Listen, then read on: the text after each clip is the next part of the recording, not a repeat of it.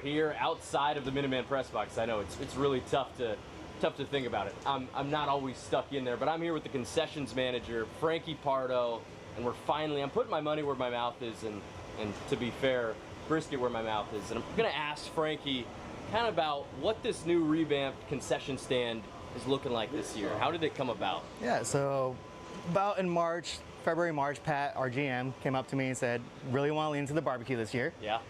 Told me to find a smoker, get the menu going. Took a couple months to find the smoker, but we finally found one at a good price.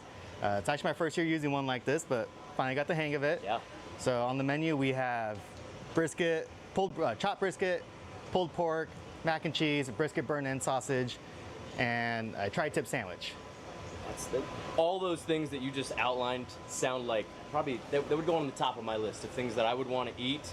I don't get to do it, but you get to make these things. Do you have a favorite item that you've put on the menu this summer? My tri-tip is my favorite item on the menu this summer. It takes the least amount of time to cook. Yeah. The pork butt and the brisket take about 12 to 18 hours depending on the day. But yeah, the tri-tip only takes about 2 hours, so that's always my favorite to do. And are you doing all of it on this smoker over here? I am, using nothing but wood. This thing looks like something that was built in like 1650, but you're telling me that this thing works and it cooks that meat to exactly how you want it. Yes, it is. I try to keep it around 250 degrees, 275, using nothing but post oak. Wow. And so people coming to the ballpark, say for the first time, they would come to, what stand would they go to find the brisket, the tri-tip, all those things? So as soon as you walk into the ballpark, you'll smell the smoke, you'll see the smoker, and then as soon as you take a left, you're right here. Fantastic. Right here, and on the other side, is it the same, pretty much the same thing? It's not. The other side is, yeah, the other side is just our main concession, so almost everything's the same from last year. Fantastic. I mean, we got hot dogs, nachos, cheeseburgers, anything else that... we added a Philly cheesesteak this year, which I think is actually really good. Yeah, I mean, who doesn't love a Philly cheesesteak? Maybe people from New York? Maybe. Possibly. Is there anything else that you want to do for the future? Anything else that you want to add to this experience here on the concourse? Hopefully some more meats next year. I do like our barbecue sauce. It is award-winning technically. I did win an award last year for a Marion Berry barbecue sauce. So that's what we use this year. Let's not just glance over that. Tell me more about the award-winning barbecue sauce. I entered a barbecue competition last summer before our season started, and I won first place tri-tip and first place in ribs, and used our Marion Berry barbecue sauce, and that won first place as well. Wow, that's really what got me into going barbecue. And you're the head barbecue man here at this ballpark now. Frankie Pardo, our concessions manager. We were down here in the concourse. I've been talking about it all summer. Now we've finally shown it to you. Frankie, thanks for talking to me. I appreciate it. Come on down, get the tri-tip, the brisket, anything you want down here right as you come to the ballpark.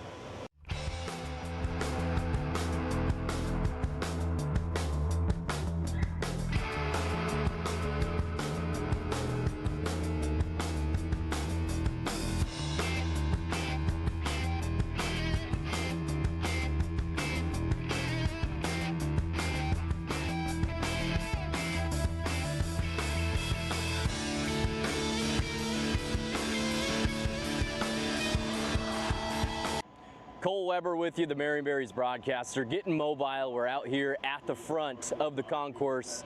Right as you enter into the stadium, you come into this new and improved plaza, and everything about this place screams a fun time. We've got the Marion Berries merch container. Right as you walk in, you can get anything you want.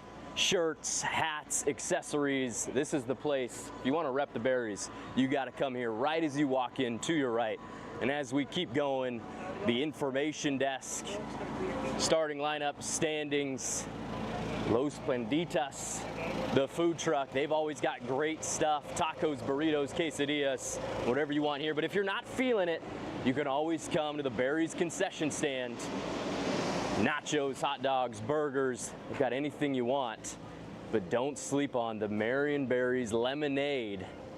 If you come on out and you get their color-changing cup, you buy it once, you get free refills for the entire summer. A fantastic deal. Classic lemonade, Marion Berry lemonade, strawberry, raspberry, anything that you want, we've got it here. If you don't want the regular concession stand, don't forget Frankie Pardo, our concessions manager. He is over there cooking up some meats, brisket, tri-tip, pork, fantastic stuff. And that's what we've got down here on the plaza. I am up there at the Minuteman press box, calling the game for you. There's our PA announcer, Bobby Merwin, getting ready to go, but you gotta come on out to the ballpark, check this out.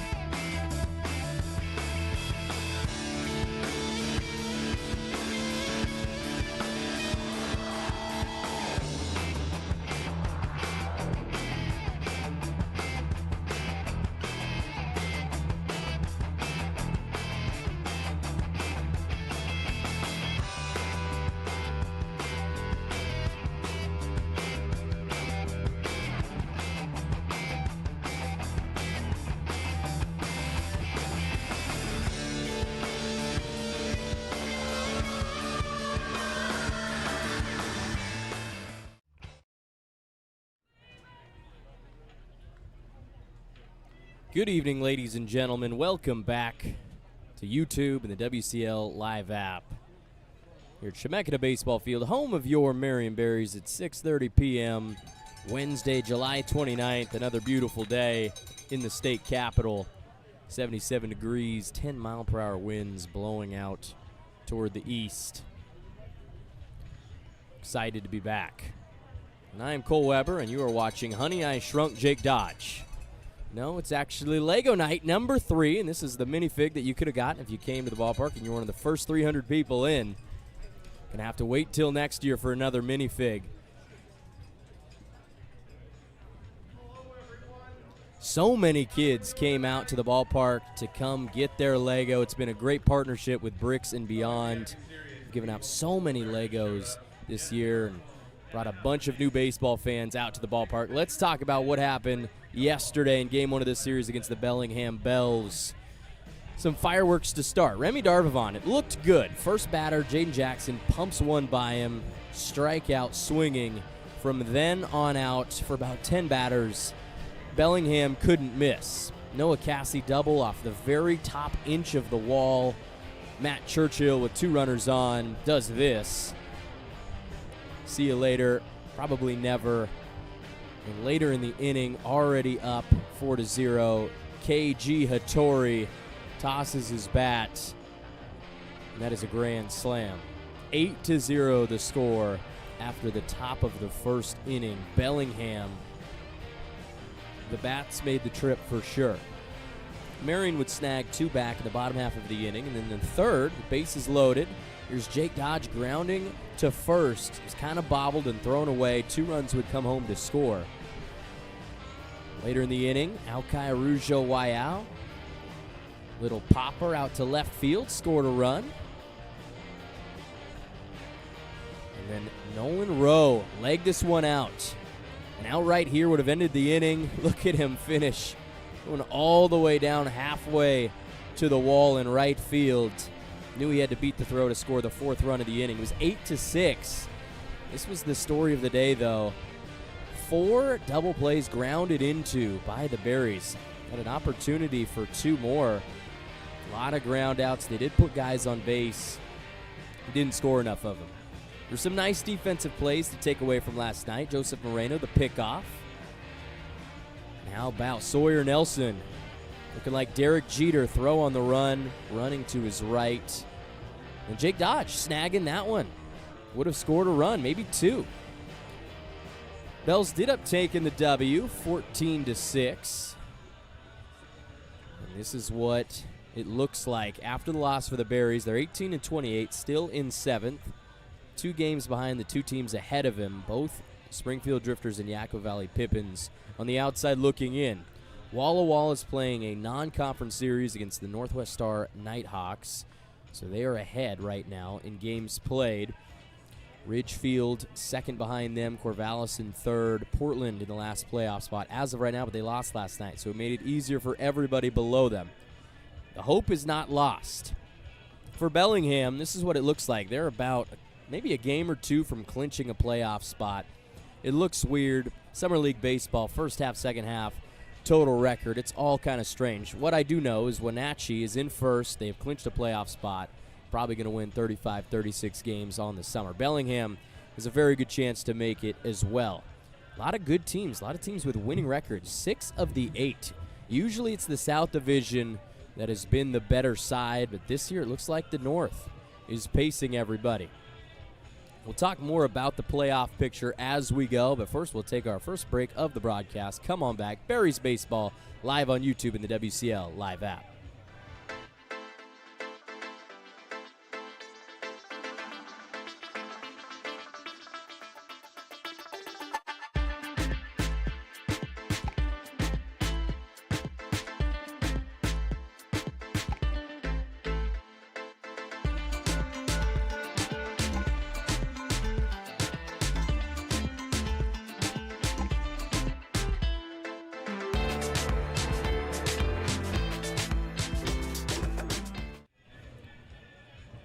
Coming up to the national anthem for Game 2 against the Bellingham Bells.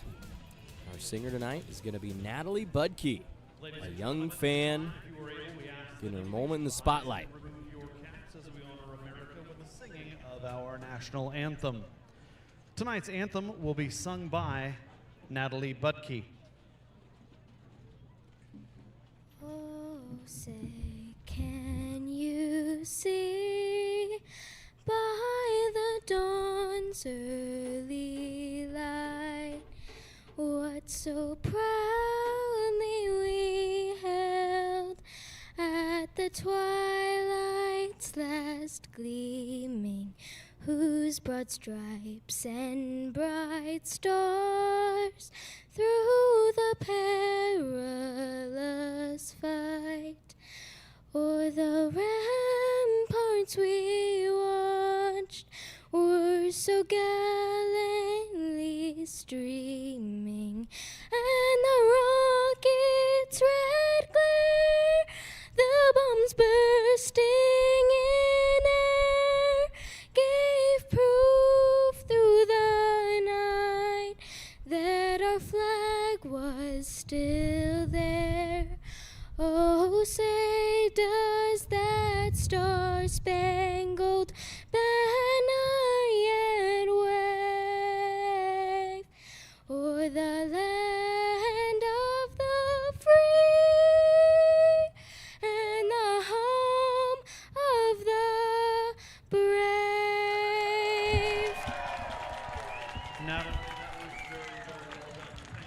Big props to Natalie Butke, young fan coming out, singing the national anthem. Takes a lot of guts to go out there at that age. When I was her age, I probably would have been out at Veresby Field, not singing the national anthem in front of 1,000 fans. She's got a bright future. Might see her on American Idol later. First, let's go to the painting of the plate presented by Sherwin-Williams.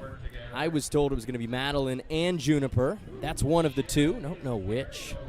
So Madeline or Juniper down there and clean off home plate. There we go. Great job.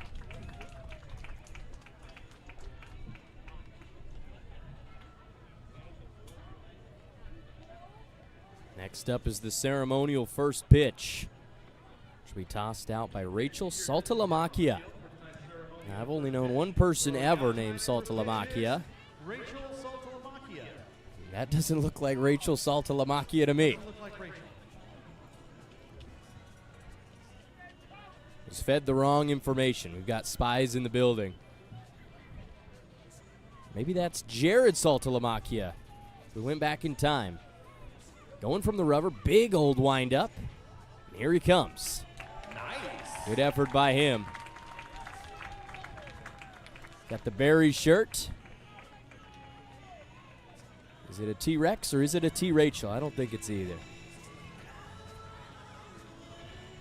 But a good effort by him. Let's go to our pregame interview. Damien Catano was kind enough to come up and talk to me on the roof.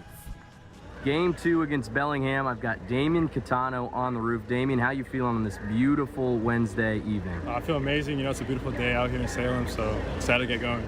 And you've got a picturesque view right behind you. The sky is awesome. I'm kind of sweating up here in the Minuteman press box, but I'm ready to go. I'm ready to bounce back after game 1 that started. It was a wild start. I don't know if the last time I've seen 8 runs in an inning just over here at this ballpark, but you came in late in the game. You pitched in the ninth.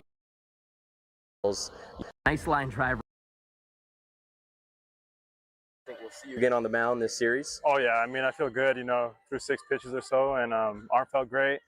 Swing feels like on the right track, and yeah, I'm excited to get back out there. Was it only 6 pitches? Yeah, 6 pitches. Okay, yeah, so that was almost a perfect inning. That was almost. It felt quick. Yeah. You came in and you really shut the door, and it was a great experience for you. How do you felt like your summer has gone over the course of this 2026 year coming out of high school? You know, it feels amazing. Coming from high school is a different experience. You know, playing almost every day, little to no break. I mean, it's awesome being here with the guys, great coaching staff. Everyone's amazing. You know, getting my opportunities here on the mound and getting a swing as well has been a good time. Good time. Do you think there's anything specifically that you've improved on the most going into your first year of college baseball? I would feel like just being more confident on the mound. You know, pitching more and coming out of the bullpen hasn't really been a thing of mine, and you know, just adjusting to adversity, you know, trying to move on if something doesn't work on the mound or something doesn't go my way, you know, just learn how to bounce back and keep my head up. Yeah, you've done a good job. I mean, you're an interesting player. I mean, you're two ways. Fantastic high school career, and it's a weird thing. You always got to be ready to play in some way, shape, or form, out of the bullpen, coming out to play first base, DHing, and you've done a good job with it. Good luck to you going to St. Mary's next year. Let's go get a win tonight. Thank you. Let's go. Go Berries. Hopefully we see Damian later tonight. But first, my pick for a player to watch, Aukai Arujo-Waiau. We saw his poke to left field to score a run yesterday. Just has a knack for coming through with guys on base in two-out situations. Maybe not the prettiest, but he gets the job done. Here's another one kind of off his back foot, opposite field. Last night, Aukai was 2 for 4 with 2 singles and an RBI. You go all the way back. It's the Bend Elks bases clearing double. That was in the second series of the summer. Cleared the bases, came through. Aukai has been a fantastic third baseman all 2 years that he's played for the Berries. How about that catch earlier in the year? Go back to last year. Had to get out off of the field of play and make an off-balance catch. Made it look easier than it was. Aukai Arujo-Waiau, my player to watch. Let's take a look at what else is going on. A bunch of Game 2s here on Wednesday in the WCL. The Nanaimo Night Owls taking on the Coquitlam Angels non-conference game. Portland and Bend, Edmonton Kamloops. We got Wenatchee Kelowna, Ridgefield Corvallis. Walla Walla against the Northwest Star Nighthawks. Port Angeles and Victoria. Looks like only Nanaimo is underway. Top of the third, no score. A lot of important series, playoff position. We're going to figure out who makes it. I think we should heat it up a little more by bringing out your Marion Berries. Don't have a lot of opportunities, but if you want to join us for the 2026 season of Marion Berries baseball, you can do so with a free reserve ticket using code BERRIESLIVE at MarionBerriesBaseball.com. And that's on your screen right now. Take advantage. 4 games left after tonight.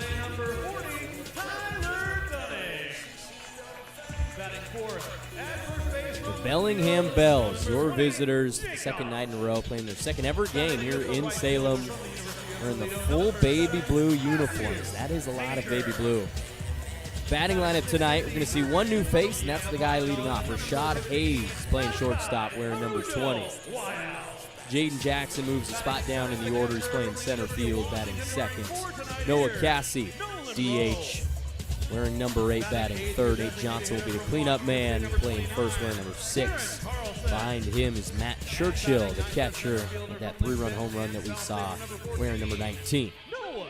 In the 6th spot is the right fielder, number 2-1, Bo Schenkel. Tyler Peschke behind him, batting 7th, playing third base.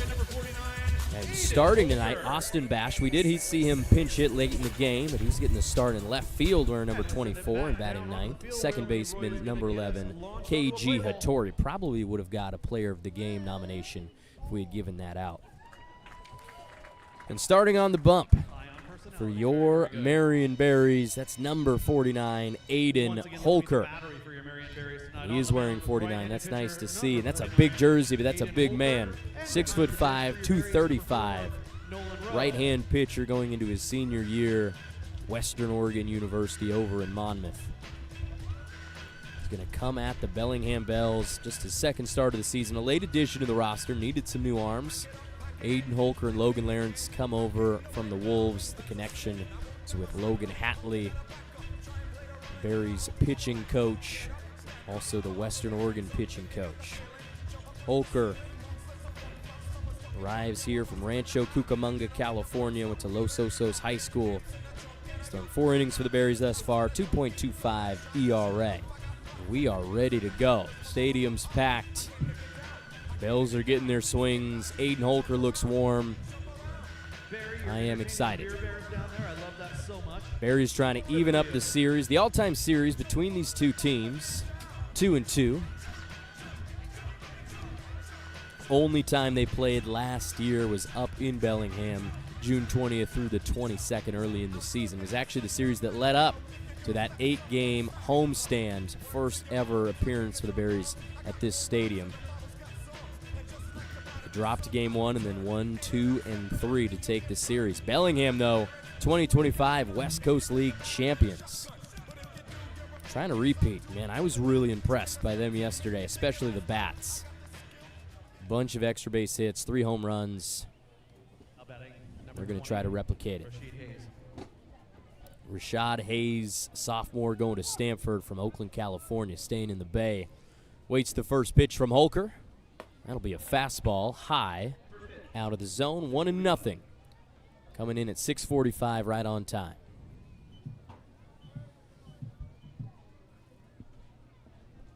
Hayden Holker comes to the plate for the second pitch. Goes fastball again. And that's called a ball as well. Misses in. Holker and Nolan Rowe, the battery. Nolan Rowe wearing his 3rd jersey number of the season, 2nd in 2 days, wearing number 4 behind the dish. The 2-0. That would have found the zone, but Hayes fends it off. Fouled back toward his dugout. Marion Berries wearing the all-whites with the SMB caps. One of my favorite looks that they've got. It's the Baby Blue Bells. 2-1 pitch. Comes at him with the curveball. It stayed up. Alkai Rujo-Wayao playing 3rd, wearing those white jerseys. At short, got Sawyer Nelson again. Pop-up goes foul. It's going to be back over the head of Bobby Merwin, PA announcer. Jake Dodge and Tyler Dunning on the right side of the infield, playing 1st and 2nd. Same infield as yesterday. Full count. Leadoff batter of the game. Long pause by Holker. He comes to the plate. Grounder to Dodge. He'll eat it up. Trot over to his bag, step on the base. Out number 1. Nice battle by Holker. Draws the ground ball and gets the out.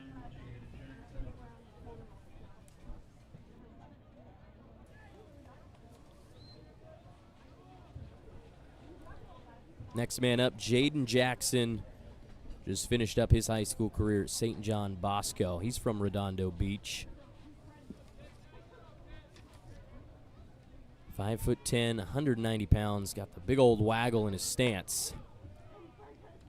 Leaves a fastball up and out. Jackson last night, 1 for 5. He led off the game. Had a single hit by pitch, 2 strikeouts, a fly out, and ground out. Lets a fastball go by below the zone. Ends up at the backstop. Rowe could not bring it in. The outfield for the Berries tonight, it's Jake Allen, Noah Scher, and Matthew Major. 2-0 pitch, check swing, north of the zone.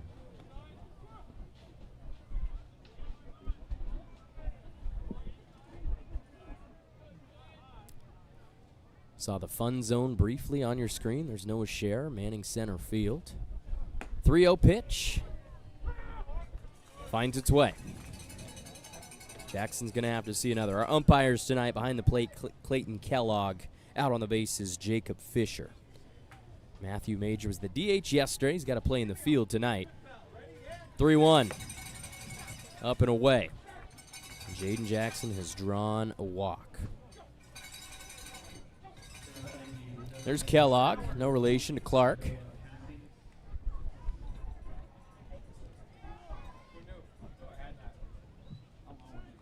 Jackson over at first, 2026 WCL All-Star. There's Jacob Fisher. Swapping roles from yesterday. Pickoff move. Holker, quick twitch. Started all 12 of his appearances for the Wolves in the spring through 65 innings. Went 5-2, 5.62 ERA and 50 Ks. Comes to the plate. Goes with the curveball. A hair inside. Speaking of All-Stars, there's Noah Cassie. He made the trip up to Victoria for the festivities. DH again for the second night in a row. Hefty swing and a miss. Foul tip back into the glove of Rowe. It came out of his crouch. It's because Jaden Jackson gave a little feint towards second base. Here's that pitch one more time. Rowe was ready. Washington Husky prepped and ready to play in the Big Ten. High chopper over to third. Alkai's going to go to second with it. Throw to first. Not going to get the double play, but they do get the lead runner. Alkai, that bouncer right in the sun. See him shielding it with his glove. Look at him turning around.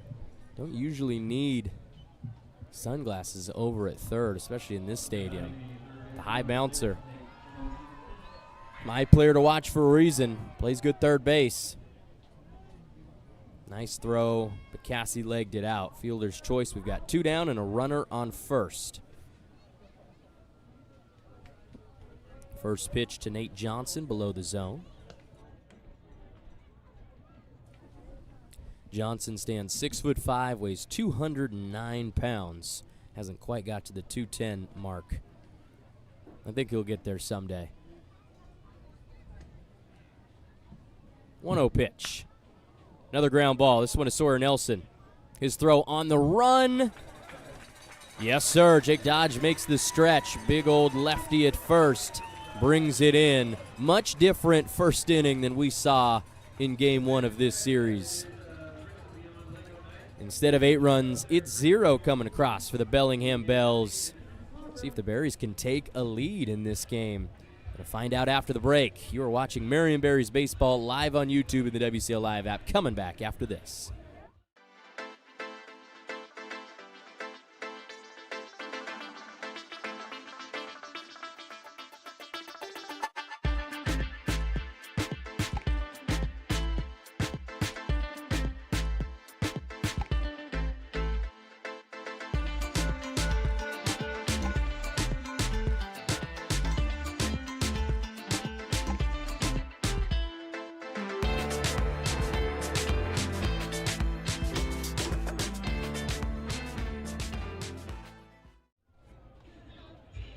Look inside the Marion Berries bullpen. Let's get you their batting order for game 2 of the series. Leading off again, Jake Allen playing left field. Behind him, Sawyer Nelson. Just fine. Caught on base a bunch of times in the second spot.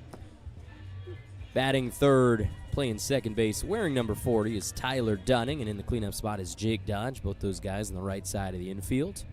Batting fifth is the right fielder, number 7, Matthew Major, another WCL All-Star. Alkai Arujo Wayao is my player to watch. He's batting 6th and playing 3rd. Nolan Rowe is wearing number 4 tonight. He's batting 7th, playing catcher.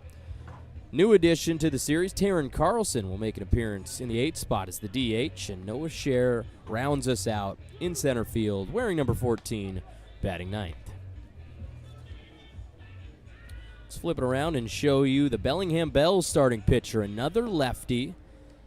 This one, Caden Nichols, wearing Cinco on his back.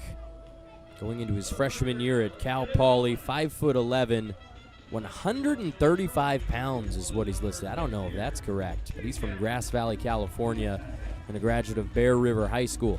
Two-way player, listed as a first baseman.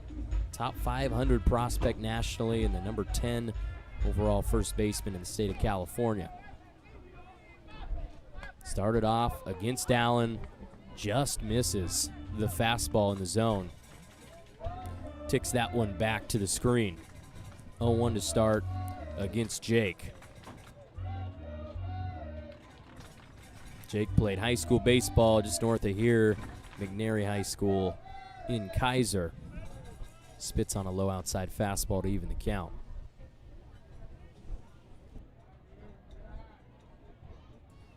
Allen last night in the leadoff spot. 1 for 4 with a single, a hit by pitch. Fascinating. I was looking at his season statistics. Hasn't been playing for that long. Only 3 weeks under his belt after recovering from an injury. But in 9 games, he's been hit by pitch 7 times. Saw him get plunked in the shoulder yesterday. 2-1 offering below the zone. Allen ahead in the count. It's batting .269. 7 base knocks, a home run, 4 ribbies. Been walked 4 times and has 2 doubles to his name, both last Monday against the Portland Pickles. He just misses the fastball again. Liked both of those pitches that he offered at. It's a full count. 85 miles per hour, right down the middle of the strike zone. Nichols to the plate. Goes with the curve. It's close, but no cigar. Jake Allen, good eye, earns himself a free 90 and a leadoff base runner for the Berries.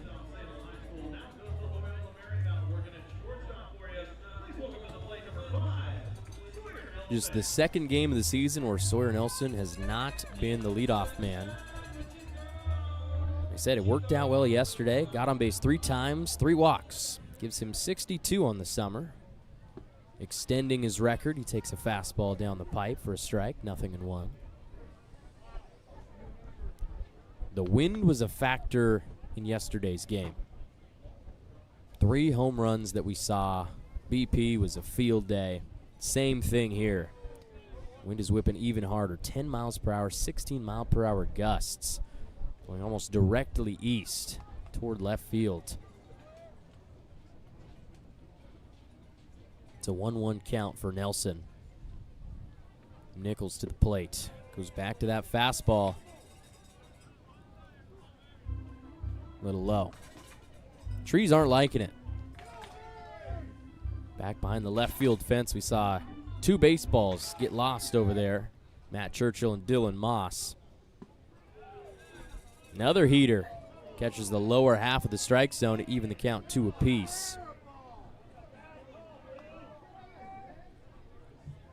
There's a look at Nichols repping the baby blue for the Bellingham Bells.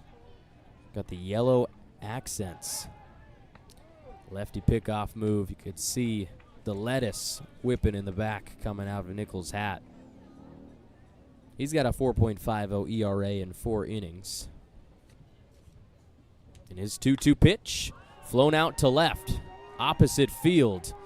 Can Bash get there? Yes, he can. Catches it at the line and forces Jake Allen to scamper back to first base.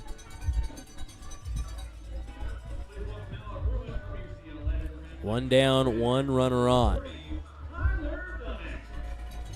Austin Bash getting his first start of the summer. Another guy listed as a pitcher. Saw him pinch hit late in the game, and now he's playing left field. Just made his first catch. It's Tyler Dunning at the dish on the right-hand side. UCLA Bruin from Rancho Santa Margarita. Graduate of J. Sarah Catholic.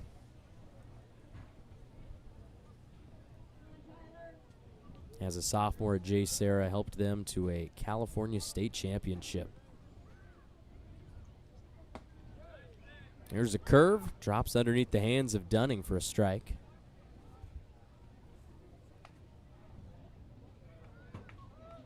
Dunning notorious for staring into the eyes of the barrel. Still haven't gotten to take a look. Don't know if he's got the dragon scroll in there. There we go. Whatever it takes for him. Decorated high school baseball player. Second summer back with the Berries. Playing his 28th game of 2026. Outside fastball is reeled in by the catcher Churchill. Matt Churchill standing 6'5", 220, bigger than your normal catcher. Awaits the 2-1 pitch. It's Nichols set. Long look over to first. There he goes. Dunning waves at some high heat. Counts even. Tyler Dunning, 6'1", 190. Was 1 for 3 last night with a single and 2 walks. Got on base 3 times.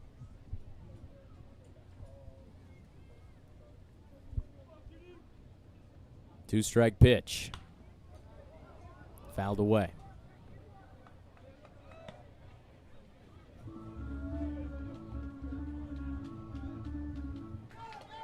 A couple of season ticket holders below us, enjoying the game, enjoying a Coors, the banquet beer. Got some barbecue, looks like some brisket in my man's hands. Coming from Frankie Pardo at the concessions, and that's a fastball.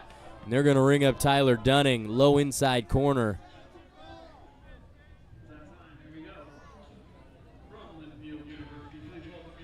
Two away. Here's the pitch. Yeah, it's close. Dunning crowding the plate.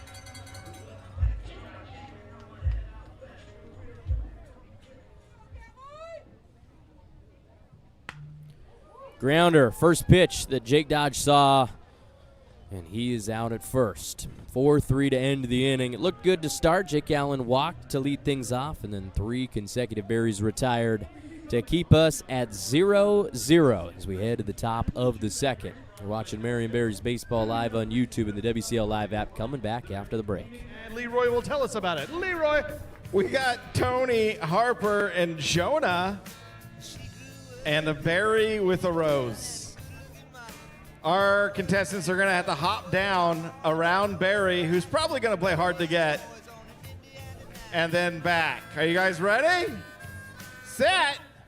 3, 2, 1, go!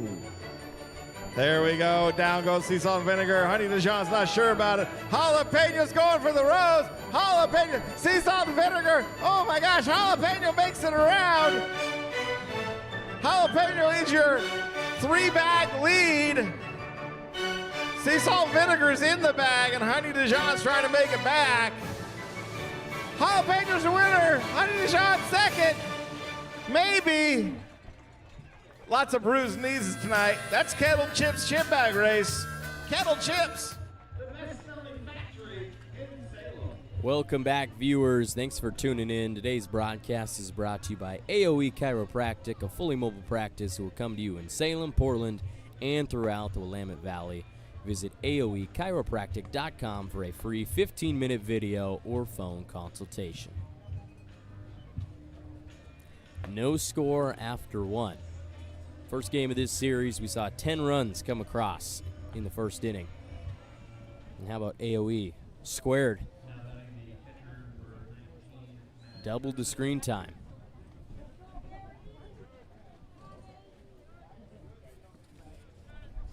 Matt Churchill's going to lead off for the Bells, coached by Alan Regier in his first season with Bellingham. Holker starts us off with a fastball, pumped by Churchill. Hefty swing.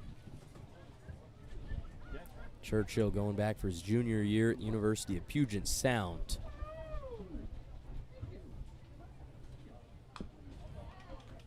This time he swings at a changeup.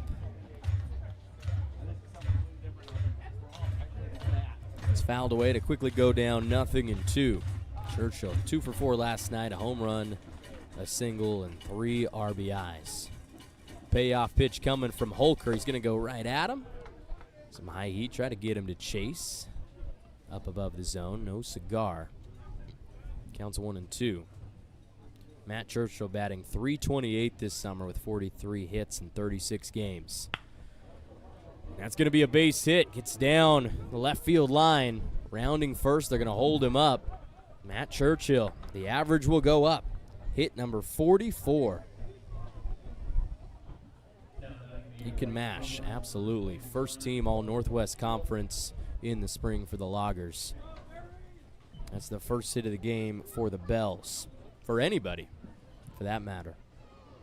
Single down the left field line.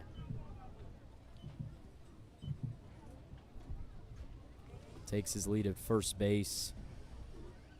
Holker goes to the dish. A foul ball back up against the netting by Bo Schinkel. The lefty playing right field. He's made 3 different stops on his collegiate journey. Schinkel grew up in Olathe, Kansas. Went to Blue Valley Southwest High School. High chopper over the head of Holker. Coming to get it is Dunning. And they're going to call Churchill out. He came into contact with the second baseman. That's interference. And he is called out. Worked out well for the Berries. They're probably going to get the out at first base, maybe not. Churchill, instead of avoiding, Tyler Dunning runs into him and has to go back to the dugout.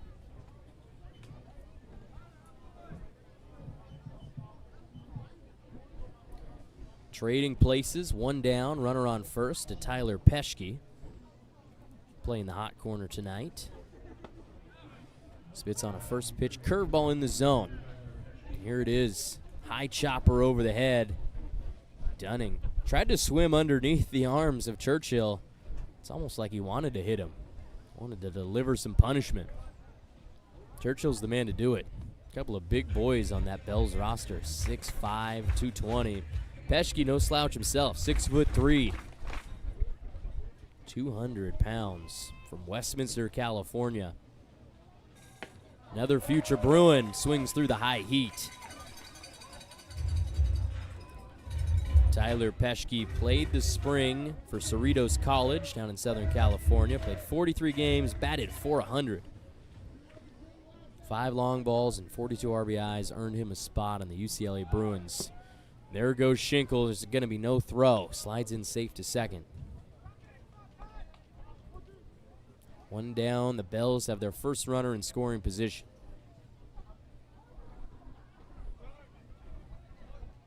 One ball, 2 strikes for Peschke. 1 for 4 with a double last night. Slider misses out. We had just under 1,100 fans in the building on Tuesday. To me, just with my eyes, looks to be better. Lego night number 3 brings people out. 2-2 pitch. Swing and a miss. Got him.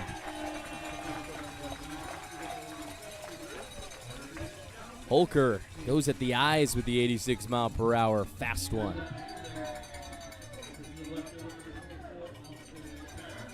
Two down for Marion. There's the punch out for Holker, definitely at the face of Peschke. He was swinging no matter what. That brings us to the beer batter, Austin Bash, behind the changeup. Bash has the perfect name for a lefty baseball player, but he was listed as a pitcher on the Bells roster for whatever reason.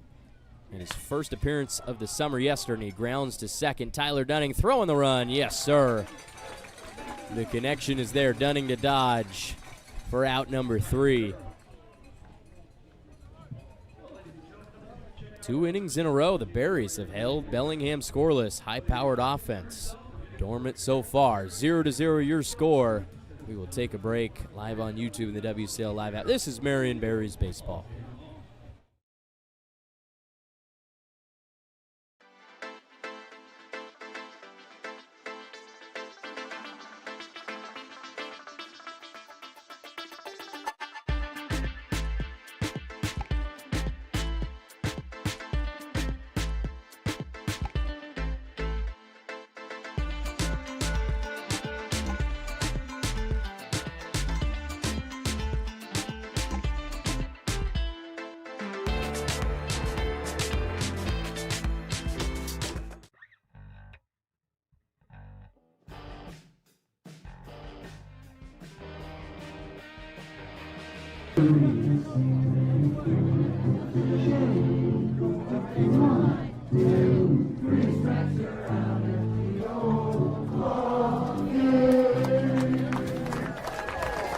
Well done, well done. Those vocal lessons are just coming in good for you, Leroy.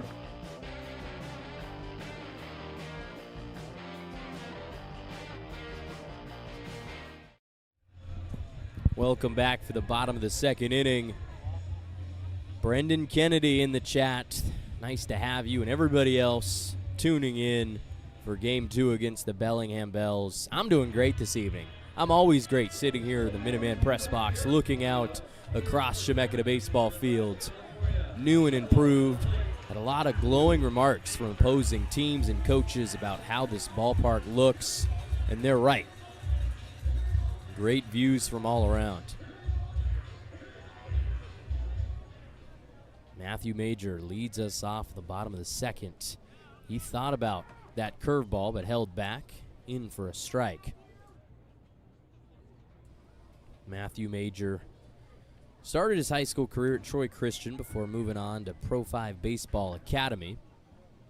Interesting story. Pro 5 specialized for high-level baseball players. You get your schoolwork in, but it's a lot of baseball training. It helped Matthew move on to Tulane down in New Orleans. That's where he spent his freshman year, and he's since transferred to Toledo. 0-2 pitch misses low and in at the feet of Major. We saw him get hit by pitch last night, and that was the 16th of the summer, leading the West Coast League. He's played the most games for the Berries in 2026. This is number 41. Leaves an off-speed up and out of the zone. Major leads all qualified batters in the Berries roster in batting average, .271. And this is a team that is last in all 16 teams in the WCL in team batting average. They were .219 yesterday. Didn't have the heart to look today and see what it was at. The magic number is 199. If you stay above that, you're not going to have the worst batting average in WCL history. That was the 2023 Kamloops North Paws, batted 199 as a team. Did not have a great season. Here's the full count pitch. Major underneath it, pops it back up over the top of the netting, and it comes down on the concrete.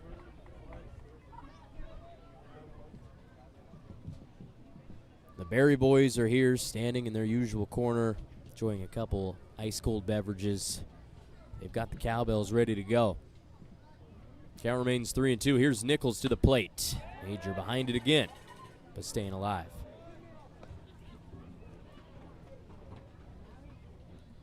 Major had a single yesterday. Swinging bunt. Stayed in the infield. It was a high bouncer. Would have beat out the throw. Slider from Nichols. Drops into the zone. Major's tossed his stuff. He was making the trot down to first base. Looked like a good pitch from my vantage point, and it is called strike 3.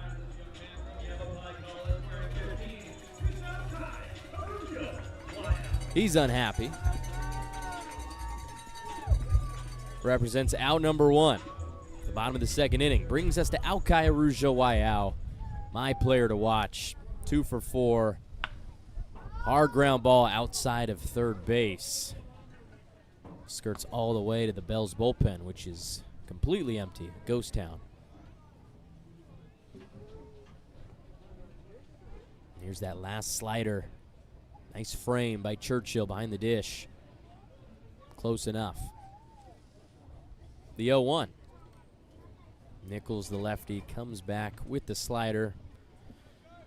Stays below the zone. Alkai Arujo Waiau standing 6 feet tall, weighing in at 195 pounds. From the island of Oahu. A lot of effort on that swing. Doesn't come up with anything. He's down 1-2. Going into his sophomore year of college baseball. First semester as a freshman, he was playing at the University of Hawaii. He's behind a bunch of older dudes. Decided to transfer to Yavapai. That looks like it's getting down, and it will. What did I tell you about Alkai Arujo Waiau? Sometimes it doesn't look pretty, but a lot of the time it finds its way. Blooper off the handle of the bat. He's shaking his head. He says, I got lucky. We need John Boy Media to read the lips.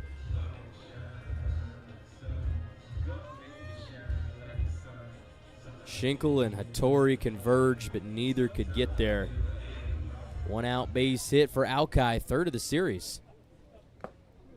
Nolan Rowe will foul tip one back into the glove of Churchill for a strike. Both teams now with hits in the ball game.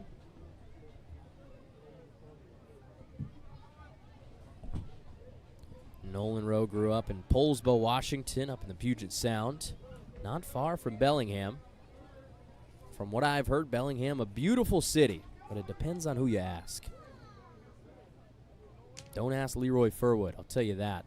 Called it more boring and uglier bent. And I don't know, I've never been, but had some contention. Ryan Goff loves the place. So does Stephen Verespi. It was the site of the 2025 WCL All-Star Game. All I heard was good things. Right off the Bellingham Bay. Got as close as Canada as you can get by calling yourself Washington. 2 balls and 1 strike to Rowe. 0 for 3 to start this series. Did have that RBI ground out. Also walked. 3 ground outs for him. 2 of them into double plays. Liner into center. It'll be right at Jaden Jackson. Gallops over to make the catch.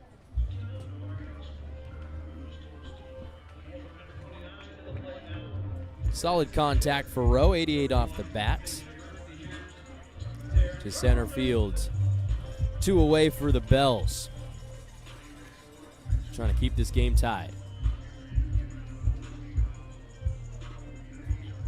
First appearance at the plate for Taryn Carlson this series. That one hit him in the leg. Only got to see 1 pitch before a 390. Looks like it got him near the shin. The Kennewick, Washington native. It was Bearwise night yesterday, and there's our resident Black Bear Barry hugging a couple of fans. I would not suggest getting that close to a normal North American black bear, but nothing about Barry is normal. There's Carlson taking one for the team. Puts runners on first and second with 2 down. Noah Scher, we're at the bottom of the order. Spits on a first pitch fastball. Called ball 1.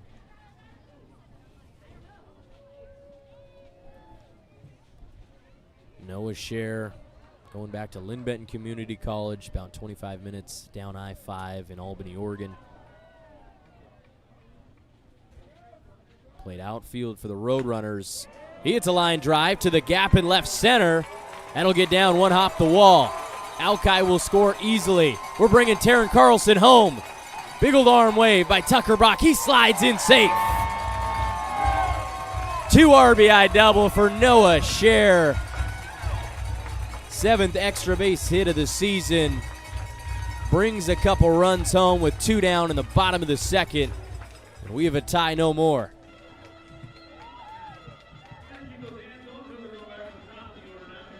Way to come through, 98 mile per hour exit velocity. Jaden Jackson couldn't get to that one, bounced off the Oregon Berries sign. And Scher is on second base.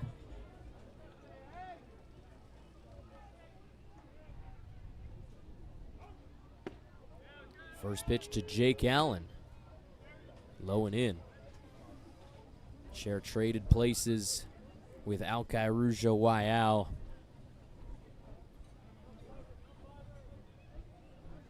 Two to 0, first lead of the series for the Berries. Nichols can't get a hold of the curveball.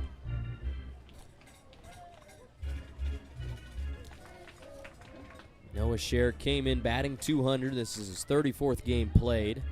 19th hit. Has a home run now, 8 RBIs. He's been walked 18 times. He was 0 for 2 yesterday. Now he's 1 for 1. 2-0 offering, south of the zone. 3-0 hitters count for Jake Allen, who walked to lead off the game for Marion. Another angle of that Scher tattooed baseball right in his wheelhouse. He's got some speed, too. Got to second without a sweat. Whoa, pump fake. What do we got there?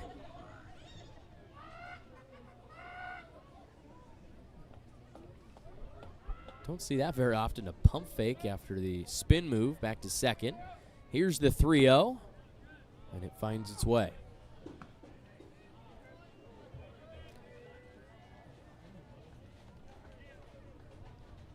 Game 3 tomorrow will end this series, and then there's going to be 2 more for Marion. Road trip to Bend over the weekend, and they will come back here Monday, Tuesday, Wednesday against the Walla Walla Sweets. Big games coming up. Here's the 3-1 pitch. Allen has been underneath 3 fastballs in this game, and if he makes contact, probably go a long way. It's full count. He won this battle in the first inning. Can he win the war?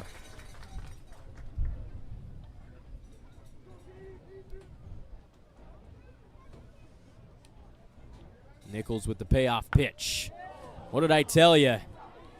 Made contact with that one. It's going to end up in the fun zone. Watch out in the slide. Slide is packed. Look at that. Back to back. Somebody fell down. Fallen soldier. Twice. Somebody get that guy some help. 3-2. Allen leaves it low, and he's walked twice. Proven to be a successful leadoff man. 2 plate appearances, 2 base on balls. Turned around on that inside fastball. Forgot to take a look at the exit velocity, but I think it one-hopped over the fence about as far as you can hit it in this stadium. He's on first. Cher's on second. 2 down. 2-0 lead for Marion. Bottom of the second.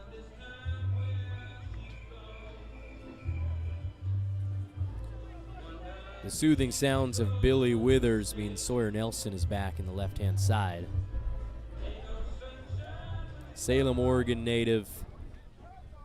The pride of South Salem High School, even though Noah Cher has something to say about that. Nelson going to Loyola Marymount for his freshman year in the fall.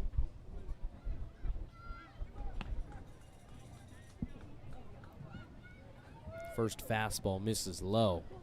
Count 1-0. Sawyer Nelson came in batting .262. 27 hits, 2 home runs, 17 RBIs. Shuffles out of the way of another inside pitch, and he's up in the count.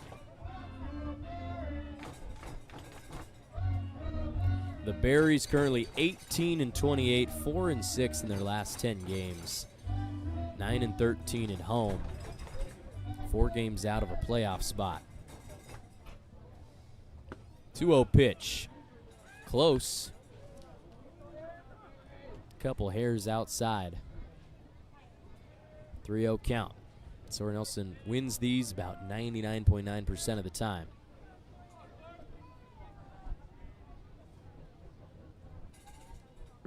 And that ball means walk number 63 for Nelson, and that loads the bases. 2 straight walks. I think we're going to get somebody warm in the Bells bullpen.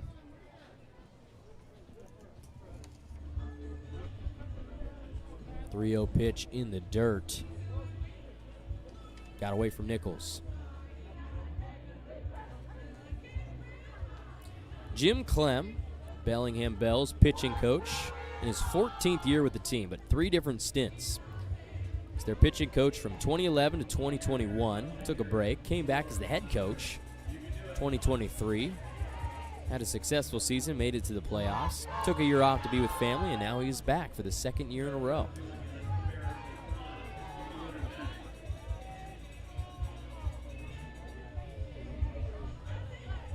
Very experienced coaching staff.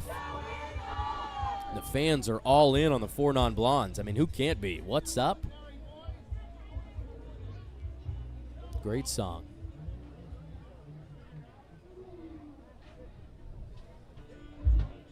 Jim Clem with the Bells. He's had 2 pitchers be named West Coast League Pitcher of the Year. If you go back to 2014, Seth Martinez and Eric Chavaria in 2021. He's a member of several Hall of Fames. WIAA Coaches Hall of Fame, the Washington State Baseball Coaches Association Hall of Fame, and the Central Washington University Athletics Hall of Fame.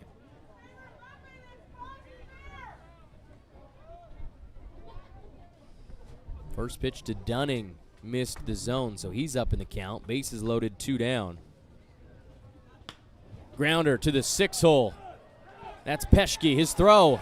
Close, but the Bells get the out they needed. Dunning rolled over on the fastball. Soft one to third, and Peschke comes up to get it and makes the throw to first base to get the Bells out of the inning. But the Berries, 2 runs off of 2 hits. They leave 3 stranded. They have a lead, 2-0, first of the series. Let's see if they can hold on. Going to continue this thing in the top of the third after the break. You're watching Marion Berries Baseball live on YouTube and the WCL live app. And back. The Bear is ready for the tricycle race, sponsored by Capital Auto Group. Get ready, get set, go! Green's off to a fast start, almost lost their hat. Green got the traction. Red and blue are dead. Green's going around wide. Green's the winner by a mile. Let's see who gets second. It's blue, it's red, it's blue. Barry's gonna help. It's blue, it's red, it's blue, it's red. It's a tie for second. Thank you, Capital Auto Group, for sponsoring the trike race. I think that's the most dominant trike race I have seen in 2 years. Green probably could have lapped the competition if she had really tried. Great performance. A star might have been born today. But here's the WCL scoreboard for Wednesday, July 29th. Runs in every single game. Portland 5-0. They lost game 1 to Bend 5-4, trying to get some vengeance. It's Nanaimo 1-0 over the Coquitlam Angels in a non-league game.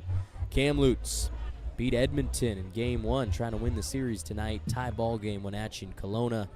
Corvallis down 2-1 against Ridgefield. Walla Walla trying to go 2-0 against the Northwest Star Nighthawks. And it's Victoria and Port Angeles, 2-0 in favor of the Harbor Cats. Still a bunch of positioning needed to happen over these last 7 or 8 games for each squad, all 16 teams in the WCL. First pitch of the 3rd inning. Curveball in the dirt. KG Hattori, first at bat of the game. I mentioned probably would have been player of the game had we selected it yesterday. 3 for 5 with a grand slam, a double, and a single. Triple away from the cycle. 5 RBIs, 2 groundouts from Redondo Beach. There's a pop-up behind short. Sawyer Nelson backpedaling to get it. He makes the catch.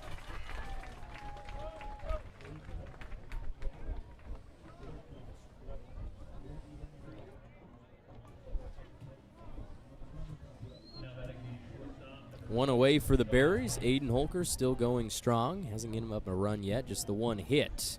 We go back to the top of the order for Rashad Hayes, the Stanford Cardinal, facing off against the Western Oregon Wolf. Swing and a miss on the changeup. 0-1. Rashad Hayes from Bishop O'Dowd High School. Shout out to my collegiate teammate Isaiah Petrie from Bishop O'Dowd as well.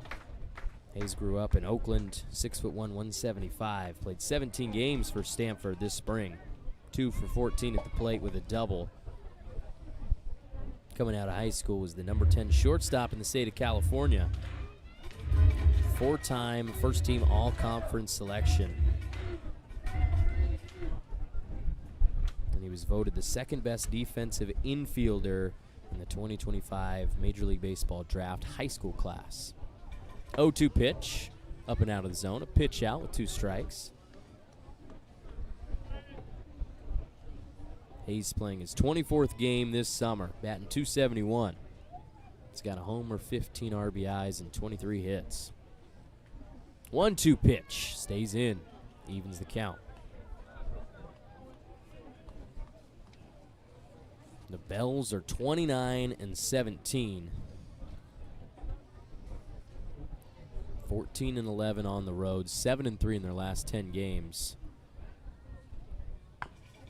Swinging bunt, goes back to Holker, has to charge it. Bare hand throw, close at first. Nice pick by Jake Dodge. The one hopper goes into the glove. Hayes thought he beat it out. We saw the signal from Jacob Fisher. 2 down for Marion.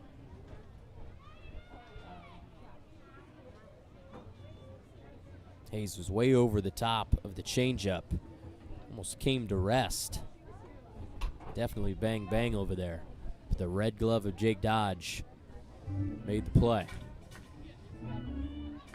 Nobody on, 2 outs to Jaden Jackson.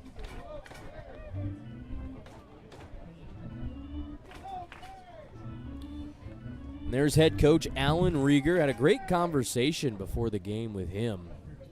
Man with 33 years of Major League Baseball scouting experience. He knows the pro game. And he was telling me his job is to get these guys ready, teach them about the pro game. A lot of these guys have aspirations of playing at the next level in any way, shape, or form. Holker misses outside, counts 2-0. Rieger told me the lesson today was about aliases. When you go and stay in a hotel, which the Bells are here in Salem, especially at the Major League level, you got to have an alias. You can't go in with your real name checking in as Bryce Harper or Mike Trout. You got to be John Doe. He said the assignment tonight was when he comes back to the hotel, everybody has to have an alias for him. All these guys right here on your screen. 2-1 pitch, fouled back. Leaves the stadium in a hurry. Deuce is wild, 2 balls, 2 strikes, 2 outs. Jaden Jackson, top 500 recruit nationally, committed to UCLA. 2-strike offering. Slider. Not going to get there. Count is full. Jackson 1 for 5 last night. The 3-2, and he's earned himself a walk for the second time.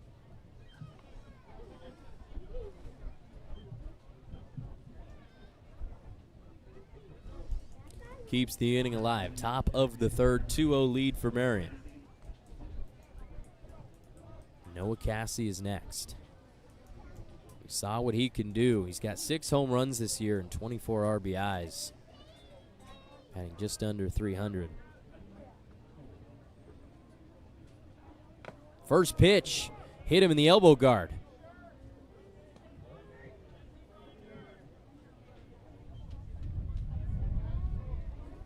It's another guy plunked in this game. I think that's the 3rd hit by pitch we've seen total. Fastball in. You heard it before you saw it.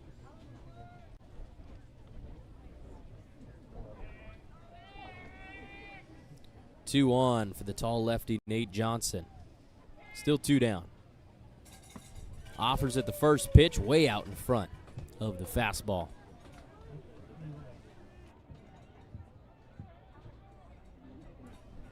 Nate Johnson grounded out to short to end off the first inning. From Thousand Oaks, California, a graduate of Westlake High School. Going back for his senior year at Tulane. Plays there with his older brother Jack, excuse me. His twin brother Nolan plays baseball at Duke, and his father played single-A baseball for the Expos. Here's a pop-up in foul territory. Alki ranging over to get it. He squeezes it for the grab.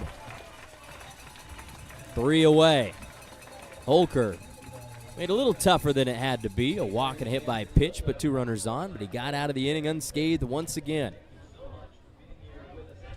No runs for Bellingham, 2 for the Berries. We head to the bottom of the 3rd.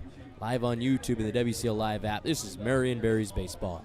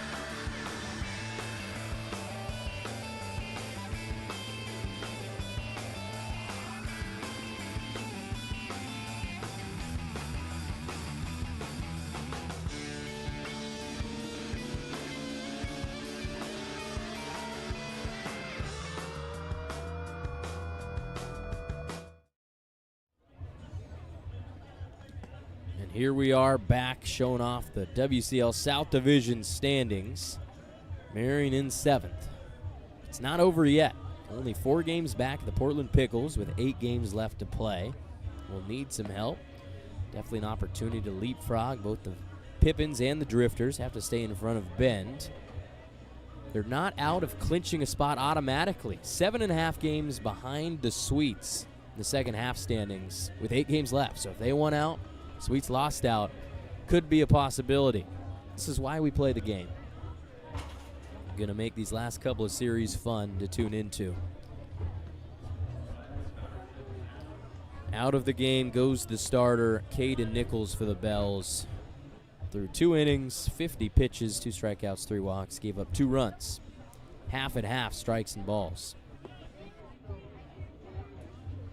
And he is being replaced by number 29, Ryder Dingsdale, making his 3rd appearance of the summer. He's thrown 3 innings previously, has not given up an earned run, and he's struck out 5 and walked 4. Plays his baseball at Olympic College for the Rangers. It's been his freshman year, through 17 times. 0-2 record, 3 saves as the closer. First pitch, fouled back, probably would have hit the top of this Minuteman press box. That's Jake Dodge in the box. Grounded out to end the first inning to second base. Only seen 1 pitch, now 2 after the foul ball.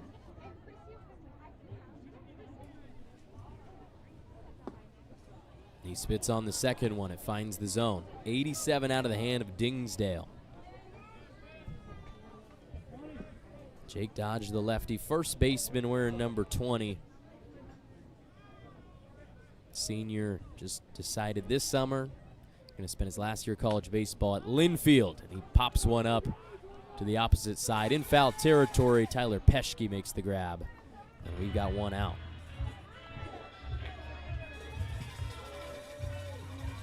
Still deciding how I feel about the all baby blue. I've always been a fan. You put it on the Los Angeles Chargers, North Carolina. Just looks good. St. Louis Cardinals jerseys this year, they're quote-unquote throwbacks, but that is a lot of baby blue. You got some yellow thrown in there as well. Still on the fence. Tell me in the comments what you think. 1 down, nobody on for Matthew Major. Struck out looking to lead off the second. It's a great point by Ryan Goff, my producer. Does kind of look like UCLA. Probably a little lighter blue. Here's a high chopper over to short. The throw from Hayes, it's high, but they've got a big old dude over at first base to get up on the bag and make the catch. Nate Johnson brings it in, and quickly we have 2 outs.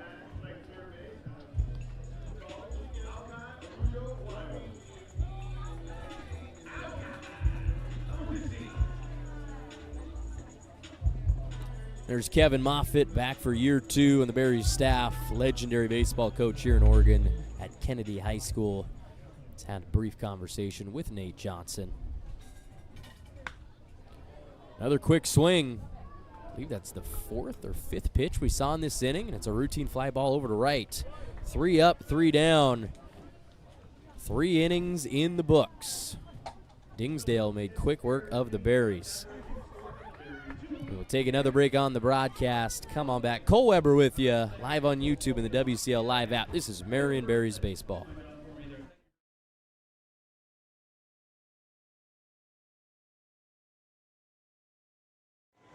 Cole Weber back with Frankie Pardo, our concessions manager. It was so good last time with the brisket and the pork that we had to come back. Didn't want to leave me feeling empty. We've got tri-tip. Tri-tip. You got it for me. Can't tell you how excited I am for this.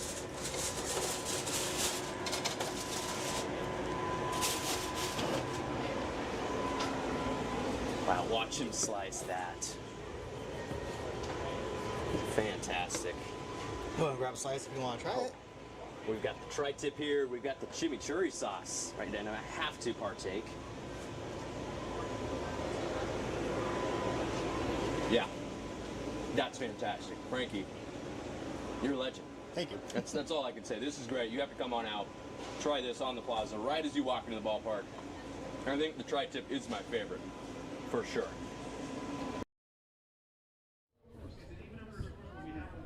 Welcome back, ladies and gentlemen. Coming in for the top of the fourth, but let's look at the North Division standings. We don't do so very often, but we got a North Division team in town. The Bellingham Bells currently in second, 4 games back of the Wenatchee Apple Sox, who've looked really good all season long.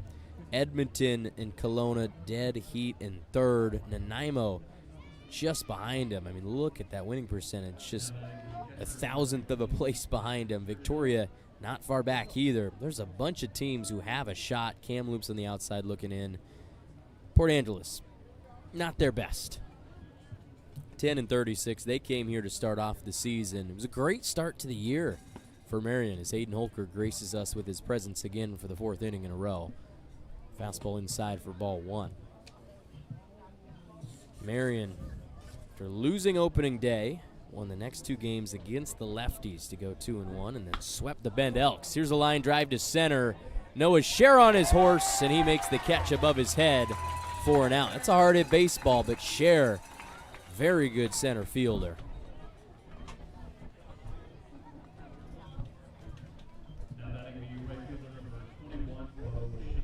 It's a really nice play. Gold Glove winner in the NWAC South, playing for Lynn Benton. They finished 3rd in the NWAC.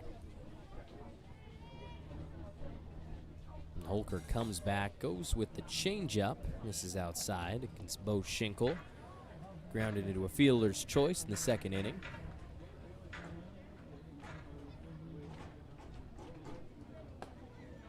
Second pitch, a little better.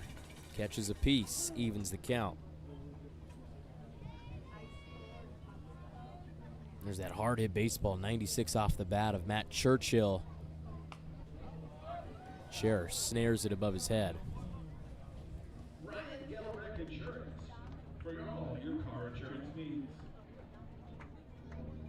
We were talking about Bo Schinkel's journey last time he was up. Started at Kent State before going to Johnson County Community College. Spits on the 1-2, leaves it low. Was the KJCCC Player of the Year in 2025. Transferred to Gonzaga for this last spring.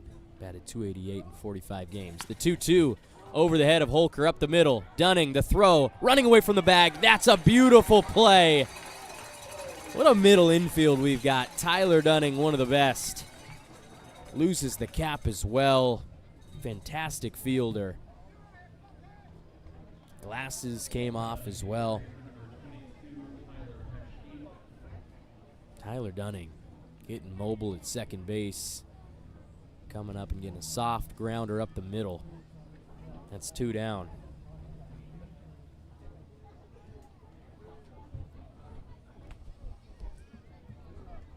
Fastball out of the glove of Rowe. It's called a ball. Next bell in the box, Tyler Peschke struck out swinging in the 2nd. Pops one up to the left side. Alki. This is how he ended the last inning. He lost it. And I've been talking about how good he was defensively. That one might have gotten caught in the sun, helped by the wind. Can't come up with it. Peschke lives.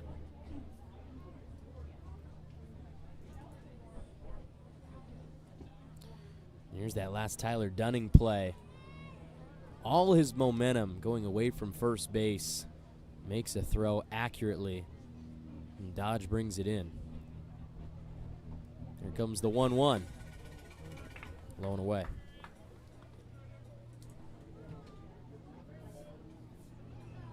Not sure if we're going to get word of attendance tonight. Our GM Pat Zajac not in the building. Taking care of some sick kids tonight. Hard ground ball up the middle. Peschke gets a second chance, and he makes do. Single ends up in center field.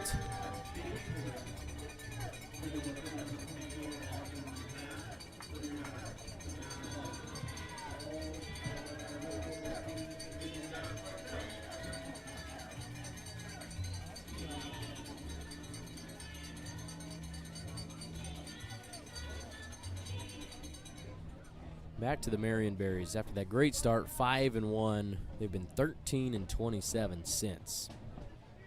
It's not like they've been getting dominated in these series either. They've lost 12 of their last 13 series, a win against the Pickles, a sweep. They've only been swept twice in that time, against Ridgefield way back in late June and against Springfield very next series. Pop up out of play, back behind the Sweet Treats. Take a peek around that corner. You can see ice cream, any type of berry sundae, a lot of stuff. Go take a visit. 1-1 in the dirt. Austin Bash in the box. 0 for 1 with a ground out. How about Buzz Lightyear making an appearance with the Buc-ee's hat? To infinity and beyond. And that baseball will not be beyond anything. Stays in the stands. A couple of fans rounded it up. Deuce is wild. 2 balls, 2 strikes, 2 outs. Runner on first. Holker comes set. The pitch. Low.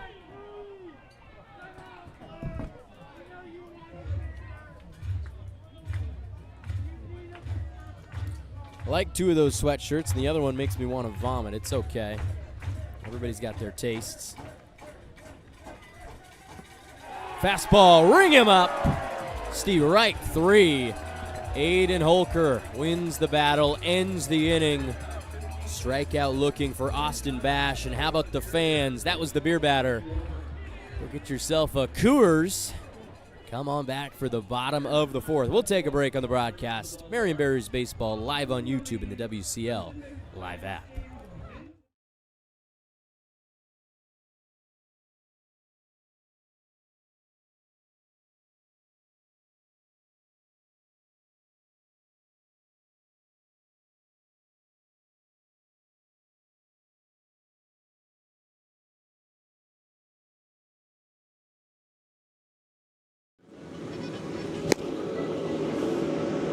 Well, look at that thing go.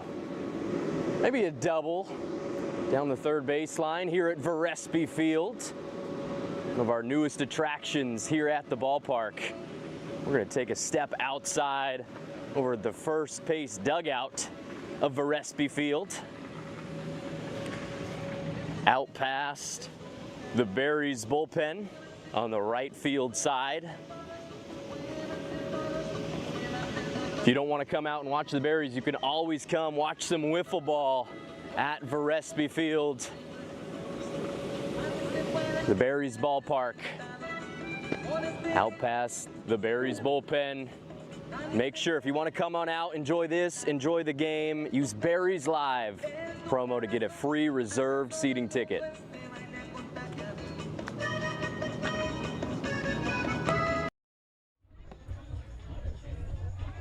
Look down the right field line near the picnic deck, right in front of the Berries bullpen. A lot of fans coming to the ballpark on this Wednesday in late July.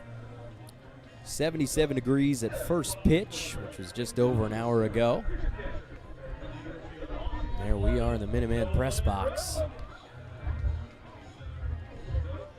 Watching over the bottom of the 4th inning. It's Nolan Rowe leading off for Marion.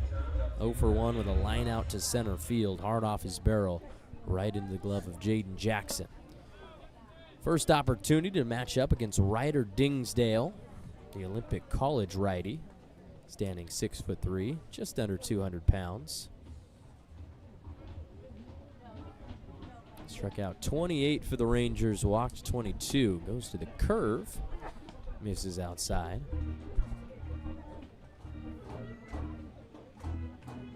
Dingsdale making his 3rd appearance this summer. Still has yet to give up a run. Fastball's 88 miles per hour. It paints the low inside corner. 2 balls, 1 strike. Bellingham Bell started the season 9-6.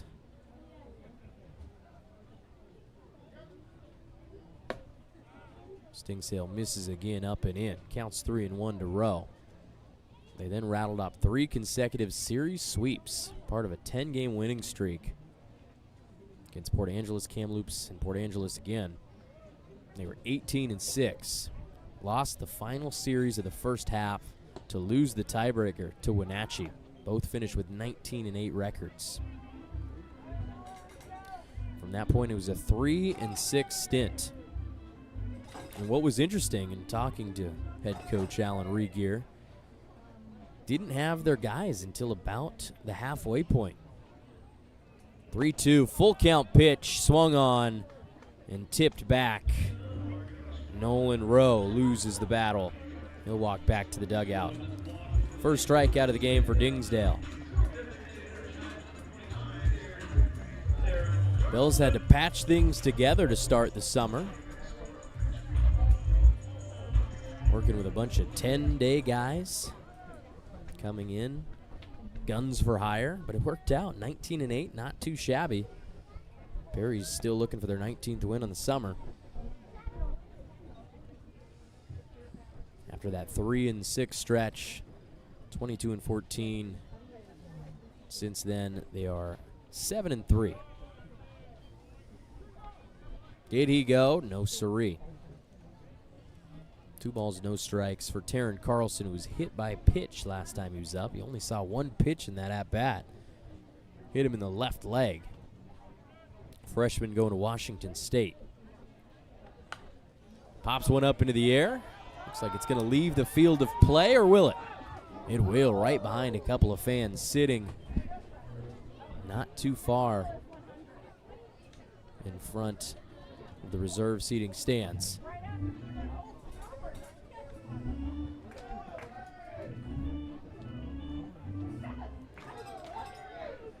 There they are, right up on the railing. Great spot. They can almost reach out and touch Noah Scher. Swing and a miss. Evens the count. Carlson chasing one up and out of the zone. Carlson has now played his 28th game of the year, 14 hits, 12 RBIs. That off the end of the bat. What a play. In the bullpen, Soren Elson got out of the way. It was coming right at his head. He's used to that. Almost took one off the forehand yesterday.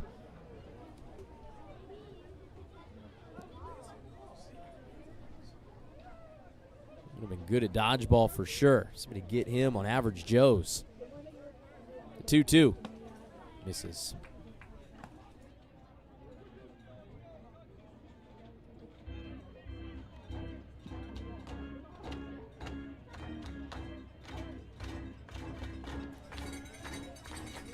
Full count for Dingsdale. Heads to the dish. Fastball finds the zone. We've seen that a lot from both sides. Maybe I'm missing it. Maybe my eyes are bad. But I'm with Clayton Kellogg there. It looked like it was a nice fastball near the low inside corner. That's what it's called. 2 strikeouts to start the bottom of the 4th.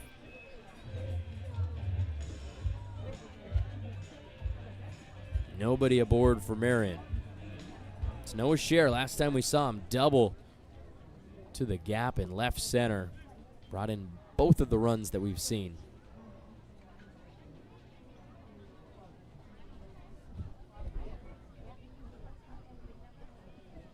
Noah Scher played 39 games for Lynn Benton in the spring, batted .279. 41 hits, 147 at-bats. Let's look at his last at-bat. Barreled up a baseball. 2 outs, 2 runners on. Scored Alki from second. He's going to hit a hard ground ball to the 6 hole, and that will squirt through into left field. Noah Scher, 2 for 2. Both of them with 2 outs.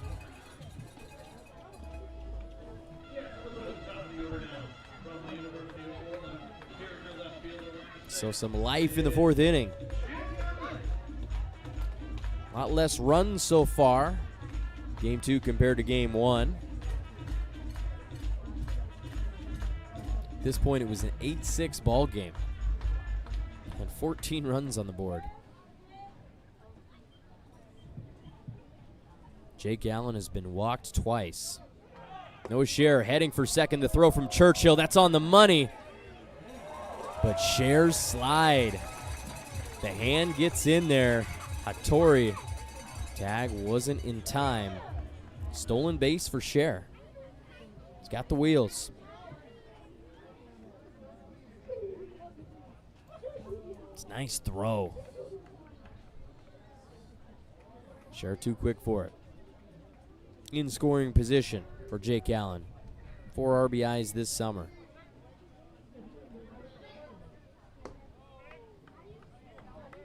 Doesn't like the fastball up and out of the zone. His count is 2-0.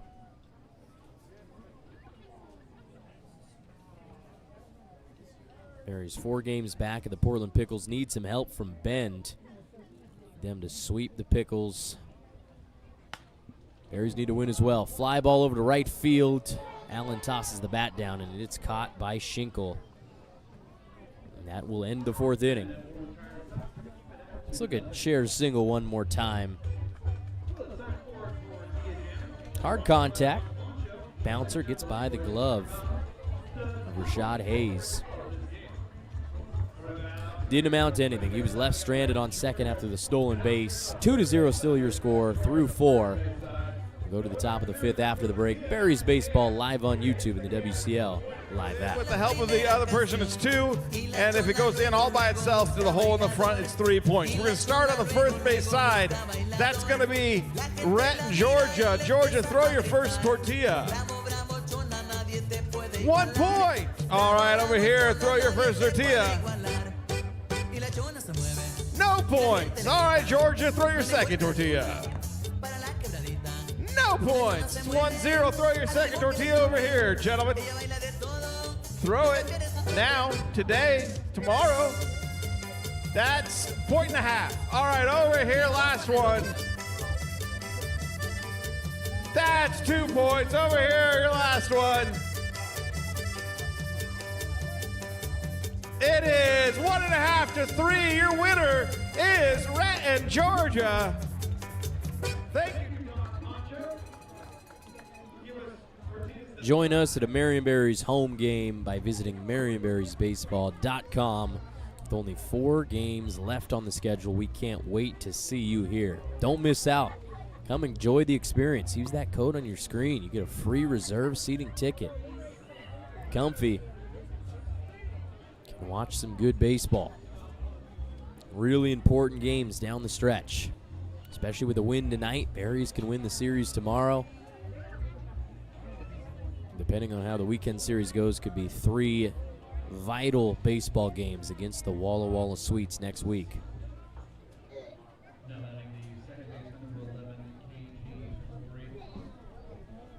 KG Hattori will lead off for Bellingham. Right there in those reserve seating stands. That's where you could sit. Could be you. Could be you on the stream. Aiden Holker still going strong. Fly ball. Foul territory to left field. 1 hops off the Bellingham bullpen. Strike 1 to Hattori, who popped out to shortstop. His lone at bat. KG Hattori graduated high school at Redondo Union, going to Cal Poly. Another top 500 recruit nationally. It was a 2025 perfect game, 2nd team All-American.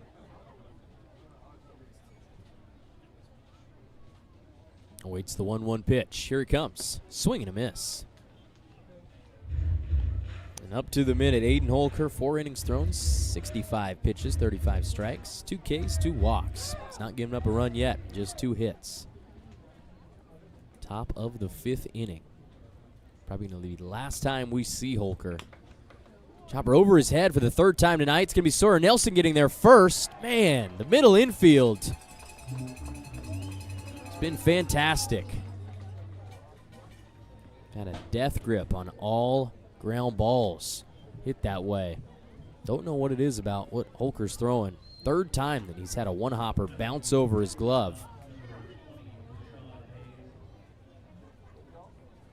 Nelson has to charge it. Gloves it, makes the throw to Dodge. 6-3 for out 1.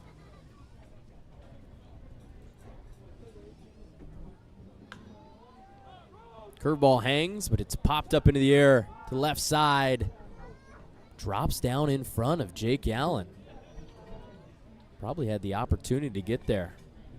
Wind definitely not helping. These guys over on the left side having trouble tracking it in foul territory. Allen kicking himself. Nothing in 1 count to Rashad Hayes. 0 for 2. He's grounded out to first and back to the pitcher. And he uses the opportunity, given another shot to single one through the right side. That's why you can't give these guys extra life. Base knocked to opposite field. Ends up in the right field turf. He's on first base.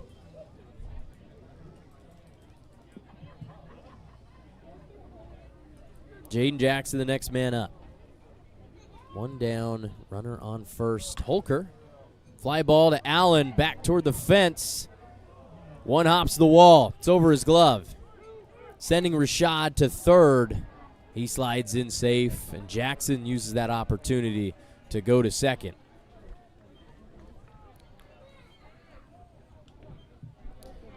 Instead of 2 outs, nobody on, we've got 1 out, 2 runners in scoring position.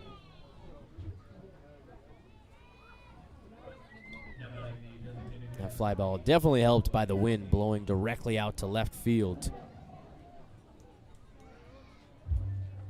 Allen couldn't get there.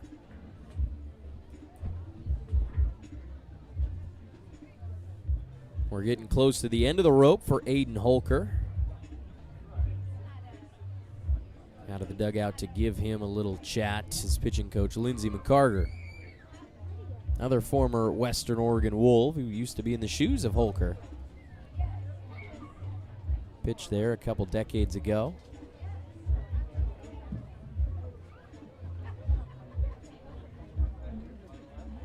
Not the first time he's coached baseball with Tucker Brock. Did it back at North Marion. He's also been a softball coach at Jervis, north of Salem. Talks to the infield and comes back to the dugout. Holker definitely getting close to the pitch count.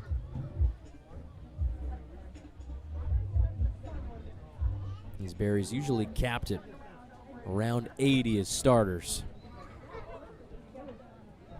Runners on second and third to Noah Cassie. Near the tops on the team in RBIs. He's got 24 of them. 0 for 1 today. Grounded into a fielder's choice. He's going to ground one up the middle. Ends up in center. Scoring is Rashad Hayes. Jackson advances 1 base. Goes 90 feet. Another RBI for Cassie. First pitch that he saw. The Bells break through. Cut the lead in half. 2-1 ball game. 85-mile-per-hour ground ball back up the middle. Jumping out of the way is Jacob Fisher.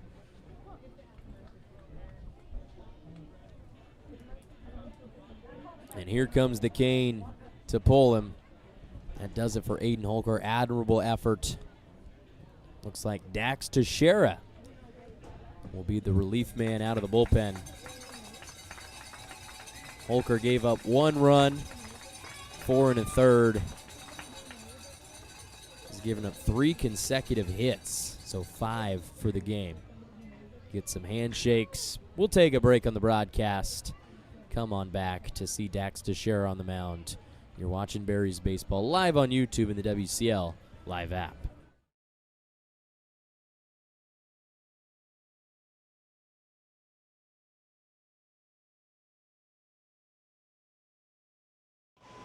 Cole Weber, your voice of the Berries, here with our concessions manager, Frankie Carter. And you said you've got some brisket, and I've been talking so much about it that I kind of want to try. So you go got for it it right here.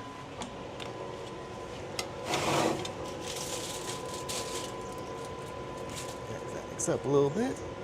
Look at that. My goodness. grab you know that? what? You put that right down into my paw right here. Take a look at that. We're going to have to give this a shot.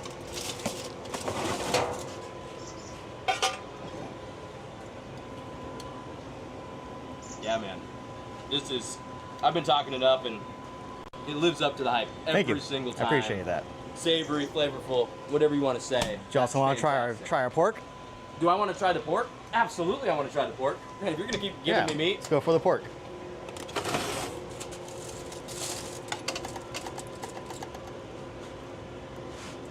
Good little chunk There we there. go. If you're not a big beef guy, we got some pig for you.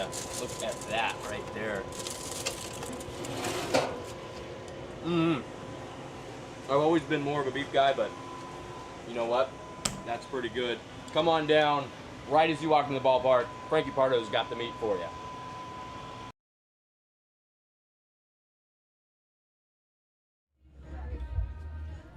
Final stats for Aiden Holker: 4 1/3 innings pitched, through 73 of them, 42 strikes, 2 strikeouts, 2 walks, 5 hits given up, and so far 1 run. Got 1 out, runners on the corners for Bellingham, with Nate Johnson at the plate. It's Dax Teixeira, number 13 on the mound from Beaverton. Swinging bunt goes foul to start the at-bat. First pitch from Teixeira, a strike. 19th appearance of the summer. That leads the team. All of them in relief. He's got a 3-2 record, 5.84 ERA in 24 2/3 innings. Struck out 17, walked 16. Trying to hold on to that lead for Marion. A 1 pitch drops into the strike zone, and that's a big one. Nate Johnson, talked about it, 6'5", 210 from Westlake High School. Batting .242 this summer. He's 0 for 2 tonight with a ground out and a pop-up.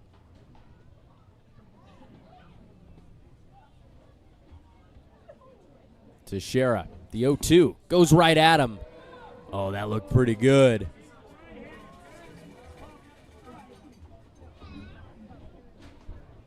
It's our first ball of the at-bat. Man, I think that's good enough.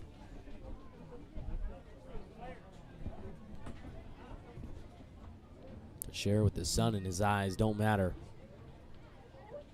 In the stretch, there he goes. Decided to go with the curveball. No-go, misses outside.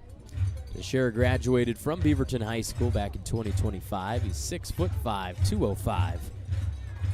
7th-ranked righty coming out of the state of Oregon. 2-2 offering. That's the same spot.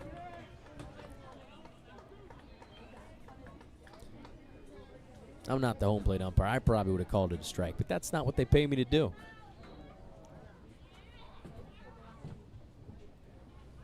Count is full to Johnson. Here comes Teixeira, fended away.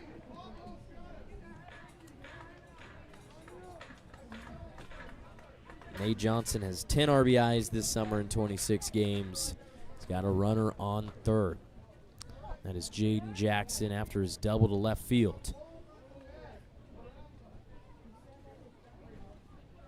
3-2 pitch, low in the zone.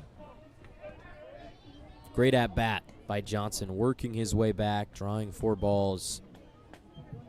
Loads the bases. Good news for the Berries, the ground ball. Could mean a double play. Still up 2-1 in the top of the 5th.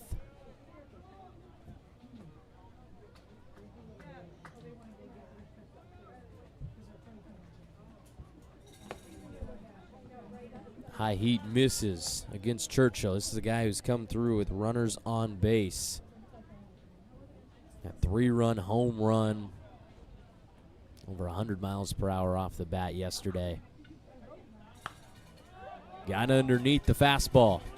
It's in shallow left. Sawyer will find it. Ends up in the webbing of his glove. We've got 2 down. Located it even with the wind. I don't speak wind, but it doesn't look like it's very happy right now. Seen the sweatshirts come out in the stadium, up in the press box.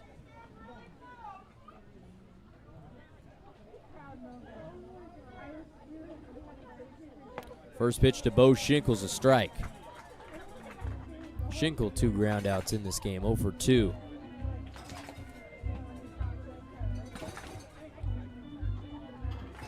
Batted .385 for Johnston County Community College in 2025.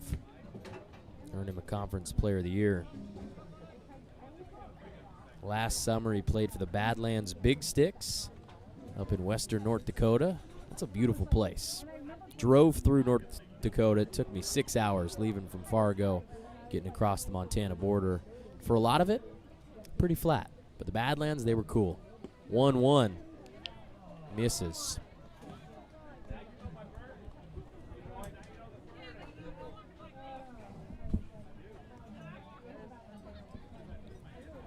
Bo Schinkel weighs 170, stands 5'10". Waits the 2-1 pitch. He's going to hammer that one into center field. Drops down to Scher. His throw goes home. 1 run will score, 2 runs will score, and Bo Schinkel ends up on second base. 2 RBIs for him, and that gives Bellingham the lead.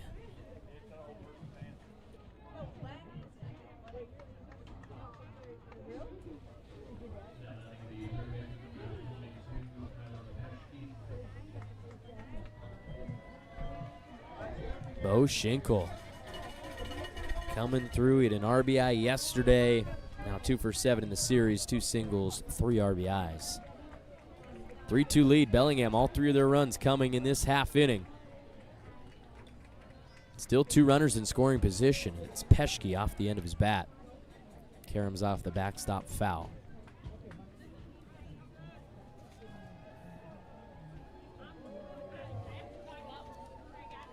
Tyler Peschke was the 7th-ranked third baseman in the state of California coming out of high school. Gets that one off the handle. It rolls to Dunning. Loves it out in front. Throws to Dodge to get the 3rd out. But not before the Bells. Secured 4 hits in the inning. Scored 3 runs. Left 2 on base. They have the lead. Back and forth ball game. That's how baseball goes. Let's take a look at that Bo Schinkel single into center field. That scored 2 runs. Hard hit ball.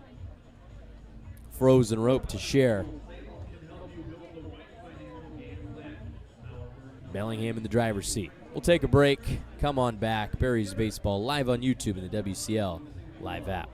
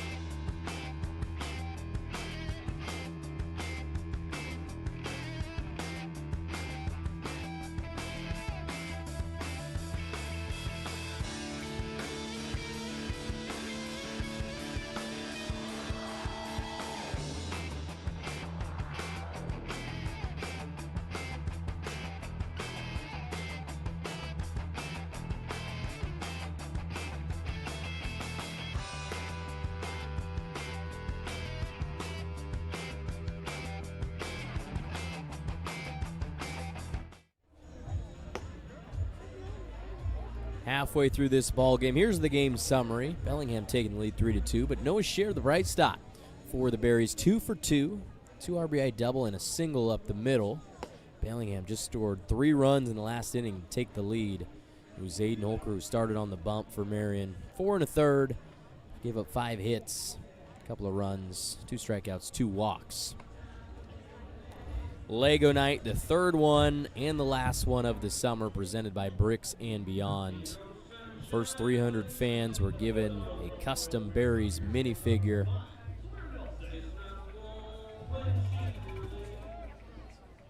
Got a new pitcher on the bump for the Bells. There's a fastball inside against Sawyer Nelson at his belt. Jamison Connolly wearing number 28, the second consecutive Olympic College Ranger we've seen on the mound. And he was a two-way guy at Olympic College. Comes in with the fastball, evens the count. First appearance on the mound this summer for the Bells. But for the Rangers, 12 appearances on the bump, 11 starts, swing and a miss by Nelson. Had an 0-5 record in 49 innings.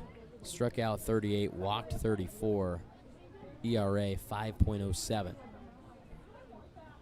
Also played 34 games as a hitter, batted .229. 1-2 pitch, check swing. No, he didn't. Churchill was ready to throw that thing around. Count is even, 2-2.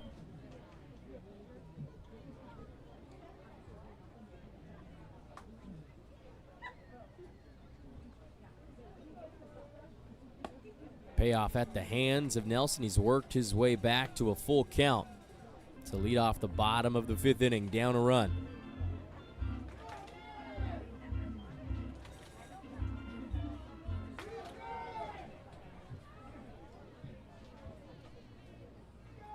Here comes Connolly, right down the pipe.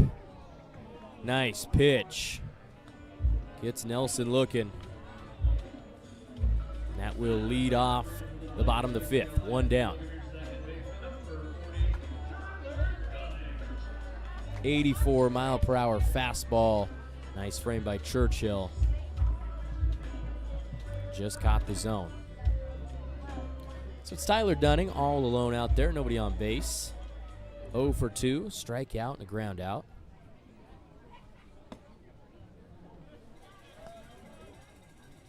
Starts his at-bat with a ball.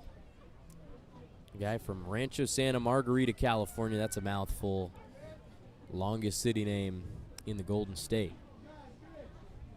Gets after the 1-0. Grounder to the 6 hole over the glove of Hayes. That's a base hit.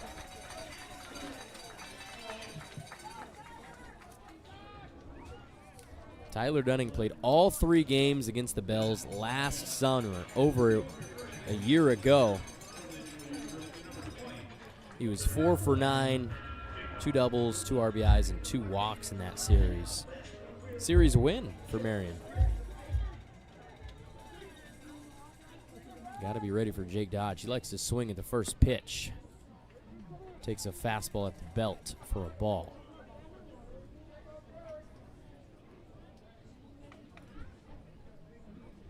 Colors of the sunset dancing on the trees out past left center field. Pickoff over to first. Not in time. Sliding back safe is Tyler Dunning.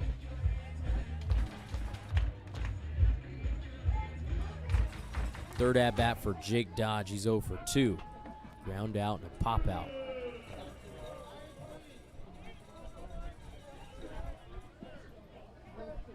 Still no attendance tonight, but I did see Pat Zajac coming back to the stadium, so the sick kids must be in bed. 1-0, same spot. Misses again. Leroy Furwood trying to get the fans into it over near the left field reserve seating.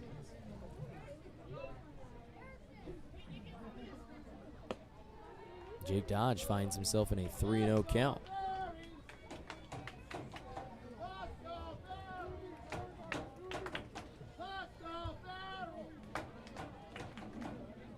Three to nothing to Dodge. Southridge High School graduate. Pops it up into the air. It's in the infield. Connolly will make the grab. No, he drops it. Tough break for Tyler Dunning. He was staying put on first, so they get the out at second. We're going to get an out no matter what. Technically a fielder's choice.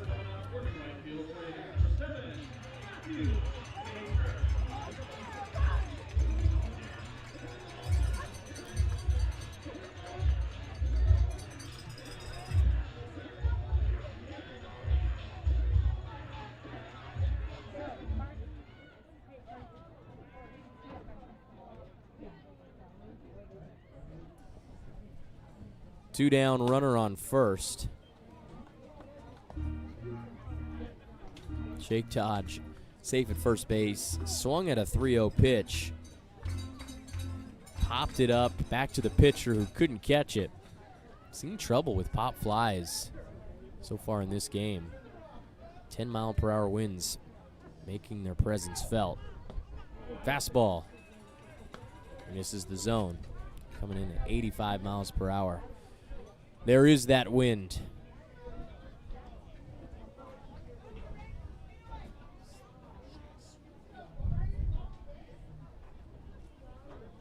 Two and nothing the count, two down. Pitch to Major up out of the zone. He's got a 3-0 count. The winds have been whipping back in Illinois. Most tornadoes they've ever had on record. Leads the country by a good margin. I'll be going back there a little over a week. 3-0 pitch finds the zone.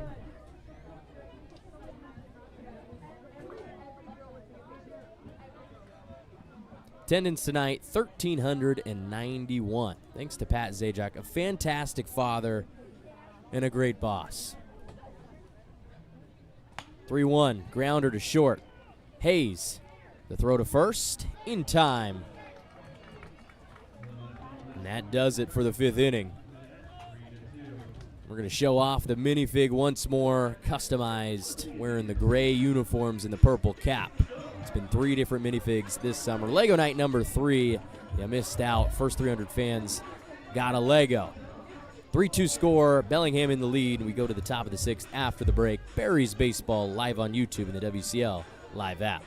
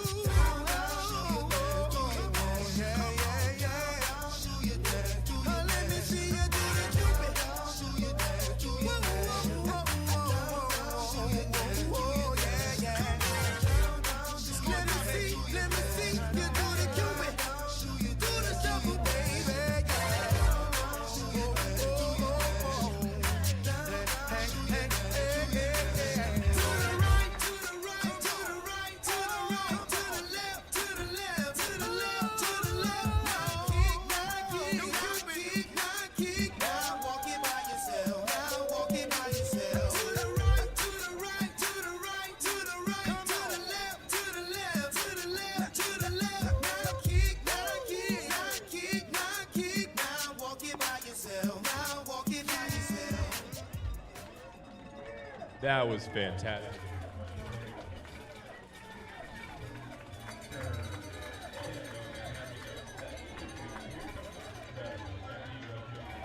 And there's that sunset in the west, out past the first base side. Top of the 6th inning in Salem. Cupid shuffle in between innings. You saw Rocco Granucci getting into it. Former Willamette baseball player, now Berries intern. Pitch inside from Dax Teixeira against Austin Bash. Playing his baseball at NYU. From Calabasas, California. Fly ball high in the air. Tyler Dunning went a long way, but it's going to end up in the glove of Matthew Major for out number 1. The game's going on. Game 2's across the Pacific Northwest. Portland putting it on the Elks across the mountains, 9-1. Kamloops doing the same to Edmonton in the bottom of the 6th. Wenatchee 4-3 over Kelowna. Ridgefield holds a lead against the Knights 4-2. Walla Walla killing the Nighthawks, and Victoria beating Port Angeles 3-1. Nanaimo has that non-conference lead as well against the Coquitlam Angels.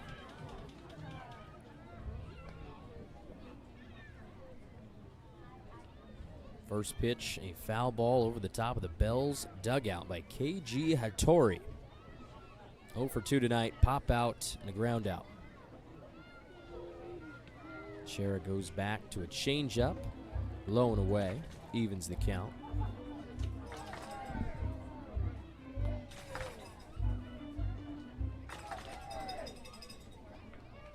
Berries boys voicing their pleasure. Soft liner over the head of Nelson at short, gets down in left field, and that's a single with 1 out. KG Hattori, his 4th hit of the series. Still looking for that triple, trying to get a cycle for the 3-game set. 3-2 lead for Bellingham, looking for their 30th win of the season. 15th on the road. Long history of baseball in Bellingham. It was all the way back to 1905. First professional team at the minor league level. High fly ball to center. Going back to get it is Cher. Will he have a chance? He will not. Rashad Hayes, the 4-bagger, points to the bullpen. 97 off the bat. 84-mile-per-hour fastball. And he smiles coming home. 2-run homer to center field extends the Bells' lead. They put up 5 runs in the last 2 innings.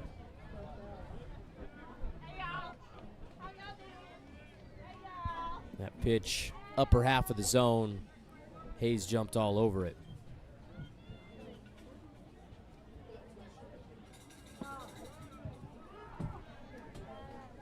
One down, nobody out there. Jaden Jackson back to the plate. Doubled last time we saw him. He's also walked twice.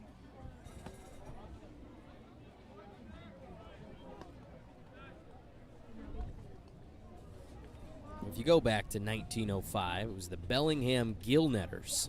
The minor league level played 2 years in Northern Washington. Roller up the middle to Nelson, steps on second base, and the throw kind of brought Dodge off the bag, but he kept his foot over there and snacked it up. And that's an out.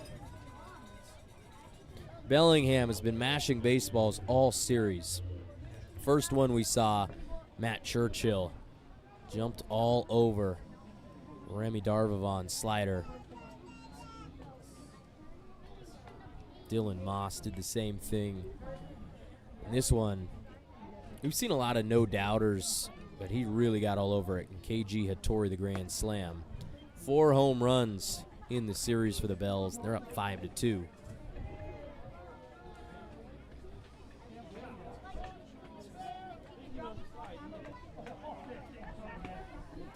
It's Noah Cassie back on the right-hand side.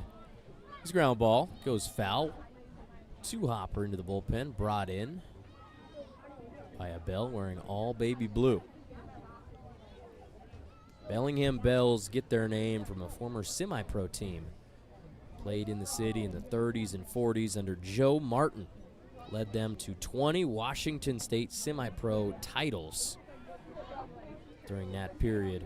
And now the ballpark where these Bells play is named after him, Joe Martin Field. Last pitch up and in. Cassie turned out of the way. It's 2-1 count. To share a hard hit baseball. Outside of third goes foul.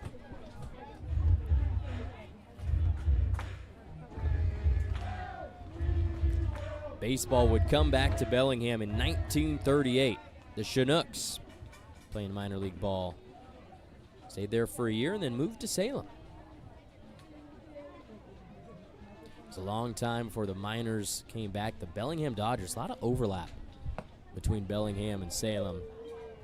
The Bellingham Dodgers played there from 1972 to 74. And that team ended up coming back to Salem. The Salem Dodgers playing in the late 80s. Mike Piazza played baseball right here. 3-2, bounces way outside no matter what. And Cassie has walked. Already 2 runs on the board in the top of the 6th. We'll keep this inning going with 2 down. And thank goodness that guy put on a sweatshirt. We don't have to look at that Dodgers logo anymore.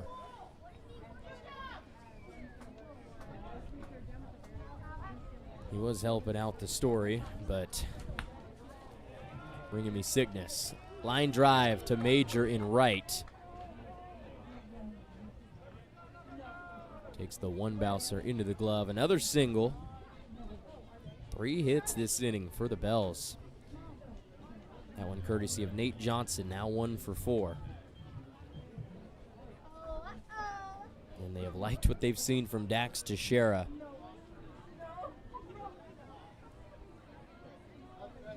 .92 off the bat of Johnson. He's on first. Cassie's on second. It's Matt Churchill back in the box.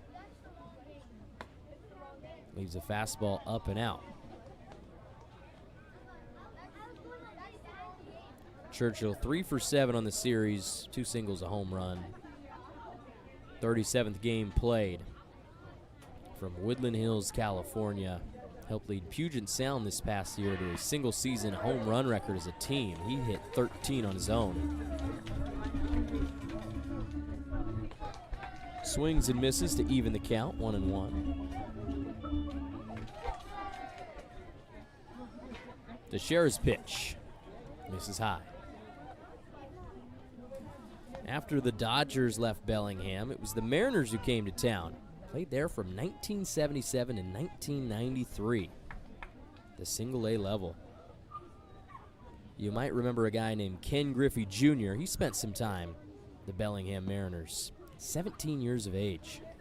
He would go on to a pretty good career, as did Edgar Martinez. Also a former Bellingham Dodger. Excuse me, Mariner. Kind of a similar color scheme to those early Mariners that we see on the jerseys for Bellingham. If you flip the navy and the baby blue. 3-1, fouled back up against the netting. Then finally, after the Mariners left town, it was the best stint in Bellingham history. The Giants called it home for 3 years in the mid-90s. We've not seen minor league baseball in Bellingham since 1996. 3-2 pitch is up and in. And that walk loads the bases.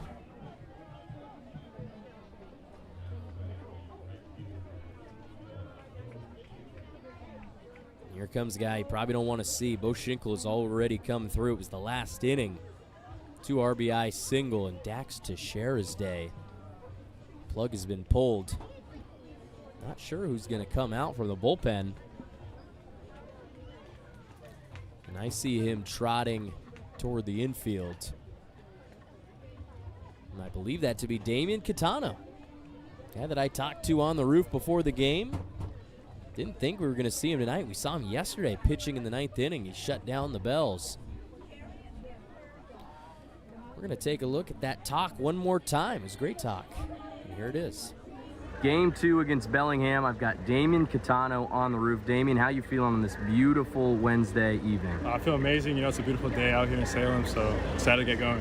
And you've got a picturesque view right behind you. The sky is awesome. I'm kind of sweating up here in the Minuteman press box, but I'm ready to go. I'm ready to bounce back after game 1 that started. It was a wild start. I don't know if the last time I've seen 8 runs in an inning just over here at this ballpark, but you came in late in the game. You pitched in the 9th. Nice line drive. I think we'll see you again on the mound this series. Oh yeah, I mean, I feel good, you know, through 6 pitches or so, and arm felt great.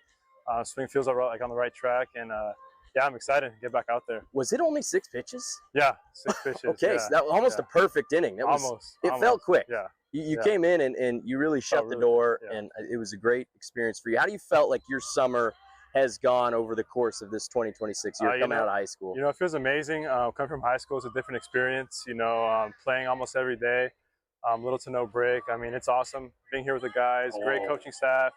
Everyone's amazing, you know. getting my opportunities here on the mound and getting a swing as well has been a good time. Good time. You think there's anything specifically that you've improved on the most going into your first year of college baseball? I feel like just being more confident on the mound, you know, pitching more and coming out of the bullpen hasn't really been a thing of mine. And, you know, just adjusting to adversity, you know, trying to move on if something doesn't work on the mound or something doesn't go my way, you know, just learn how to bounce back and keep my head up. Yeah, you've done a good job. I mean, you're an interesting player. I mean, you're two ways. Fantastic high school career, and it's a weird thing. You always got to be ready to play in some way, shape, or form. Out of the bullpen, coming out to play first base, DHing. Final stats for Dax Teixeira: an inning and a third, 37 pitches thrown, just over half of them strikes. No strikeouts, 3 walks. He leaves the bases loaded, 2 outs in the top of the 6th. To Damian Catano, 6'2" left-hander. First pitch is popped up near the Bills' dugout. Alki going to get it. He makes the grab. It's all Damian Catano needed to do. Pop up or ground ball, and he got it. No more runs will cross for Bellingham in the 6th. They have extended their lead 5-2. They tacked on 3 more hits, the total 9 for the game. Berries down 3. We'll go to the bottom of the 6th after the quick break. You're watching live, the WCL Live app, and on YouTube. Cole Weber coming back after this.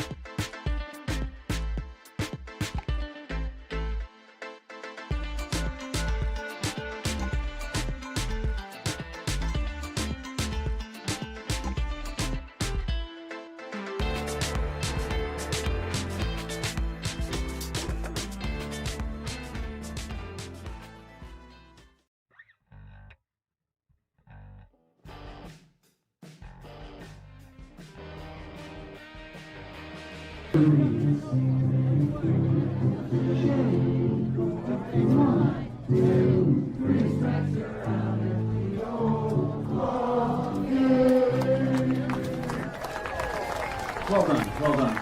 Those vocal lessons are just coming in good for you, Leroy. Welcome back, ladies and gentlemen. Leading off the bottom of the 6th, my pick for player to watch, Alki Arujawayao. He's made a bunch of plays tonight over at third base. He's had a lot of pop flies hit his way, but here he is coming through at the plate on the offensive side. A couple of base hits earlier this season. He's got one tonight, 1 for 2. Single down the right field line, a blooper if I've ever seen one. Got down untouched by Bell's hands. He's facing off against Jamison Connolly. Try for the drag bunt. Fastball finds the zone. Alki came in this summer having played 24 games, only batting 173, but again, it feels like most of those hits have been here at home. Waves a slider out of the zone, counts 1-1.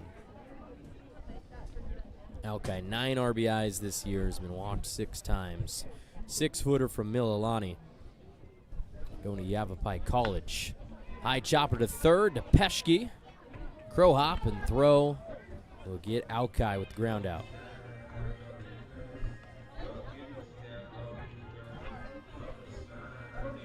One down in the bottom of the 6th. Berries have not scored since the bottom of the 2nd.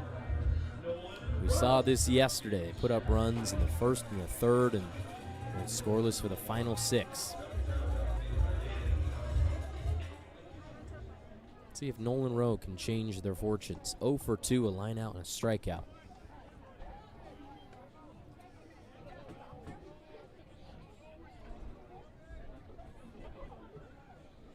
Nolan Rowe, graduate of North Kitsap High School, first team All-Olympic League catcher as a senior there. He's up 2-0 in the count.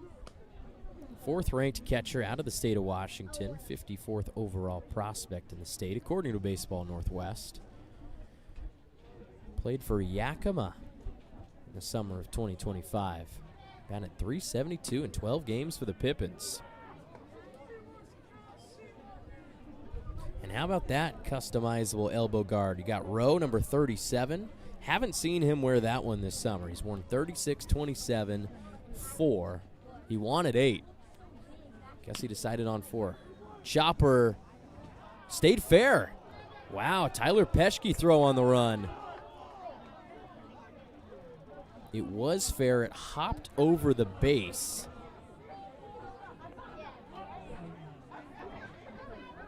The call was made by Clayton Kellogg behind the dish. He was staring directly down the line. Coach Brock is not happy.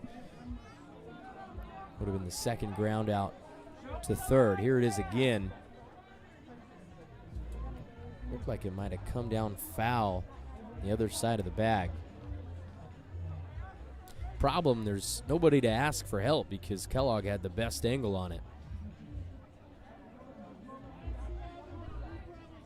And that'll be the second out. 2-5-3s. This is the best look we've got. Slow it down. Oh, it looked like it's foul to me. Definitely landed in some part of the brown. Some fans screaming from down the line. Didn't think it was a good call.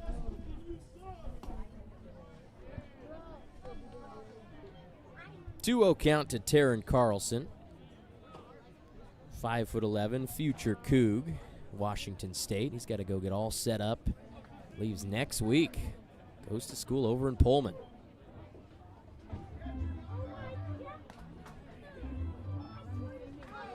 One of these fans voicing their displeasure.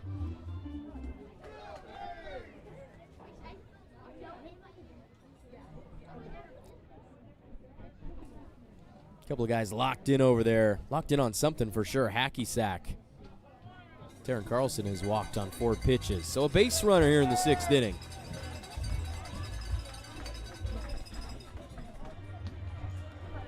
Second time Carlson has reached base. He's been hit by a pitch and he's been walked.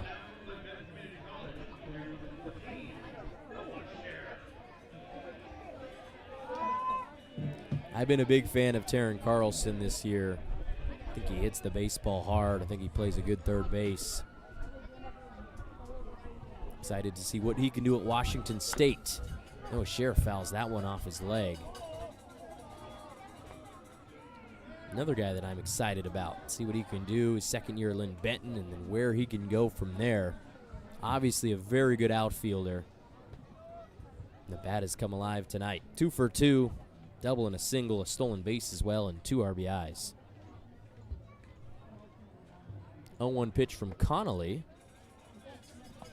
Cut just above the zone. Noah Scher's first at-bat came in the second. He was given a fastball. Hammered it to left center field. Scored 2 runs. Grounder to second. It's a Torrey. Throw to first brought in by Johnson. Bellingham retires the side. Saw 4 batters. They did walk 1. They leave Carlson out on base. 4 guys seen, 3 groundouts. 4 consecutive goose eggs on the board for the Berries as we go to the top of the 7th. 5-2 lead for Bellingham in game 2 of this series. Coming back after the break, live on YouTube and the WCL Live app. This is Marion Berries Baseball. Doing the dizzy bat race. They have to spin around the bat 5 times, hit the ball, and run around Berry and back.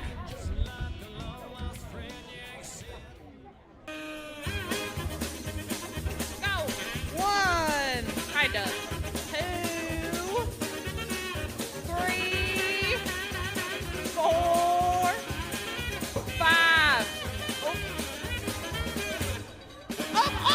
And blueberries off, possibly illegally. And strawberries off. They're around Berry, they're round in the corner. Blueberry, an extra one. He's on the way back. Oh no, and Strawberry wins the race. The Dizzy Bat Race was brought to you by Flavor Pack.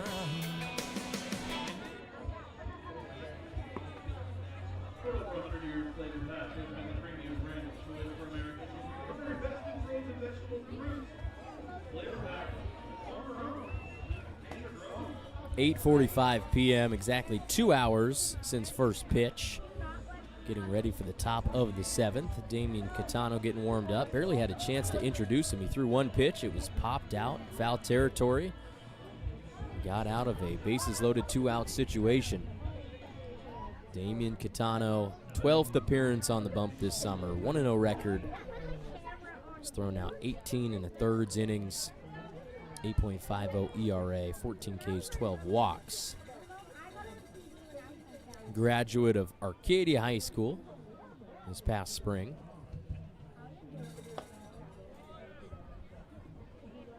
Goes fastball to start, misses up. It's against Tyler Peschke, the third baseman, another guy who's had a lot of balls hit his way. Takes a fastball down the middle. Damian Catano, two-way player, facing off against Peschke.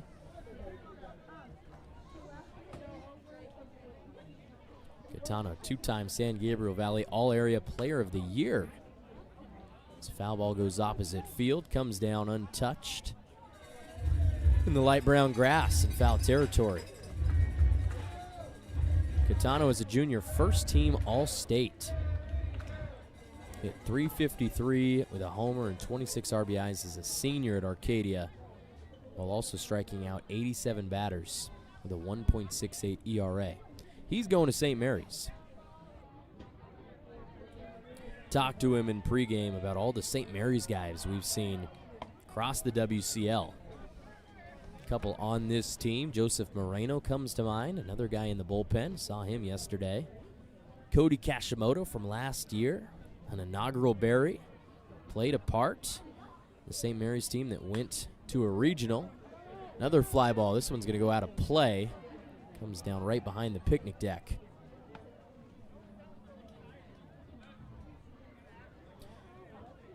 Quick glimpse of Verespi Field.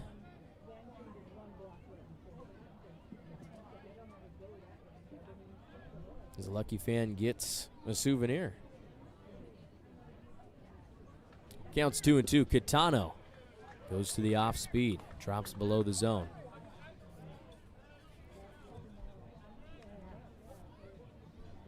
Bellingham Bells, reigning WCL champions. They beat the Portland Pickles. Peschke fouls one off. That was their second ever West Coast League championship. One of the inaugural members left the PIL after 6 years to create the West Coast League. Hard hit baseball. Goes through the left side. Base hit to lead off for Peschke. Long at bat.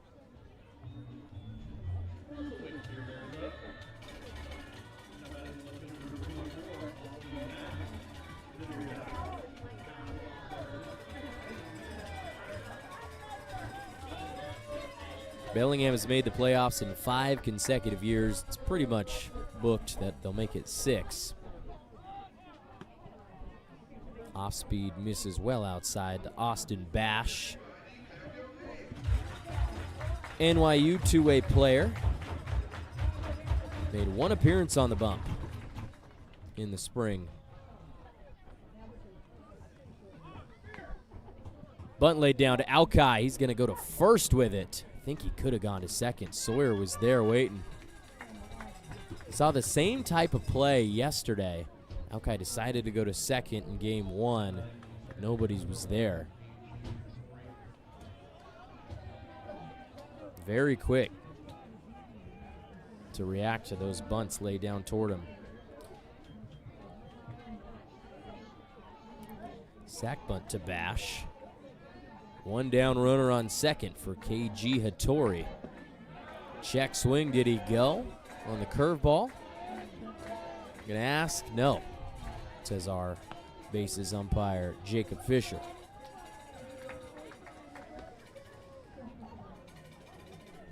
Bellingham won the WCL title in 2014, won a division series over Yakima. That was back when we had 3 divisions, North, South, and East. Pitch was low. Won a championship series over the Corvallis Knights. 2-1.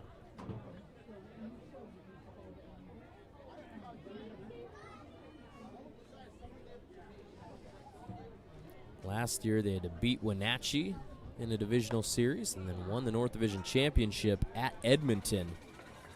Beat them 5-2 before winning 2-1 against the Portland Pickles at Walker Stadium. Had to go in there, get a win. They earned it. Trying to repeat. 2 balls, 1 strike. Here's Catano. Blooper to left. Jake Allen ranges over to get it.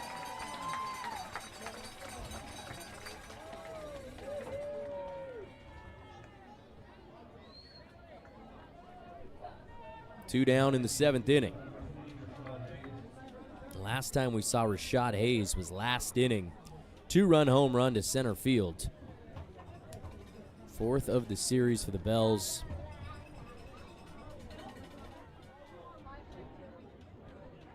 They still have an outside shot of clinching a first place spot in the North Division. 8 games left. They're 4 games behind Wenatchee. They might be resting guys down the stretch already with a playoff spot in hand. Bellingham over the final part of this season after tonight and tomorrow's game here in Salem. They will be heading up to Canada against the Victoria Harbor Caps and then a home series to finish it off against the Edmonton Riverhawks. Count is 1-1 to Hayes. Catano to the plate. Grounder to the left side. Alki steals it. His throw gets there. Took it away from Nelson. Didn't. No. They called him safe.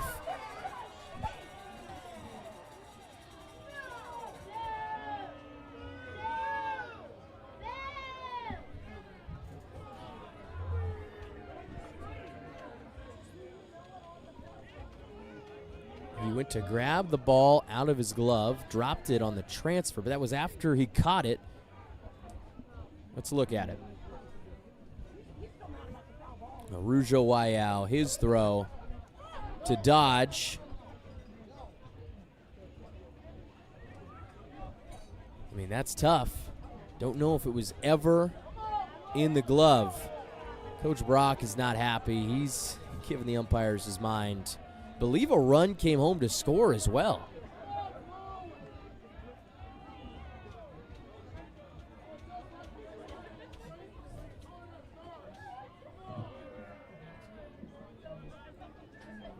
And that is a horrible turn of events for the Berries. Would have been out of the inning. Did just kind of roll out of the glove of Dodge. Throw down, called safe. Uh-oh. The fans are losing their minds. Nice throw from Rowe. Tag made by Nelson. It's Hayes stealing second base, so he's in scoring position. Score is 6-2. Run came home. It was Tyler Peschke scoring from second. Grounder off the glove of Alki. Everybody's going to advance 90 feet.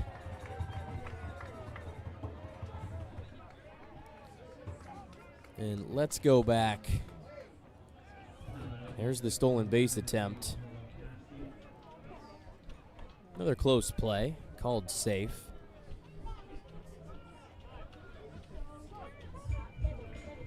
And right now, with all that craziness that's happened, we've got 2 outs, runners on the corners. A run has crossed. The score is 6-2 as Lindsey McCarter, the pitching coach, comes out to talk to Catano.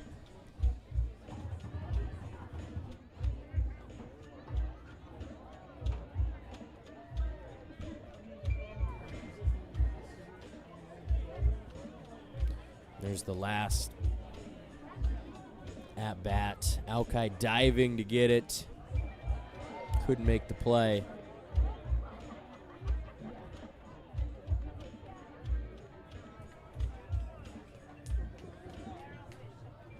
Second hit for Jaden Jackson makes him 2 for 3 with 2 walks.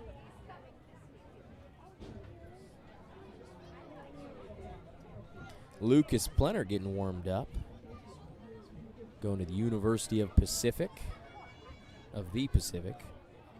Can't get it confused with Pacific University, my alma mater. 2 outs, runners on the corners. Noah Cassie back up for the 3rd inning in a row.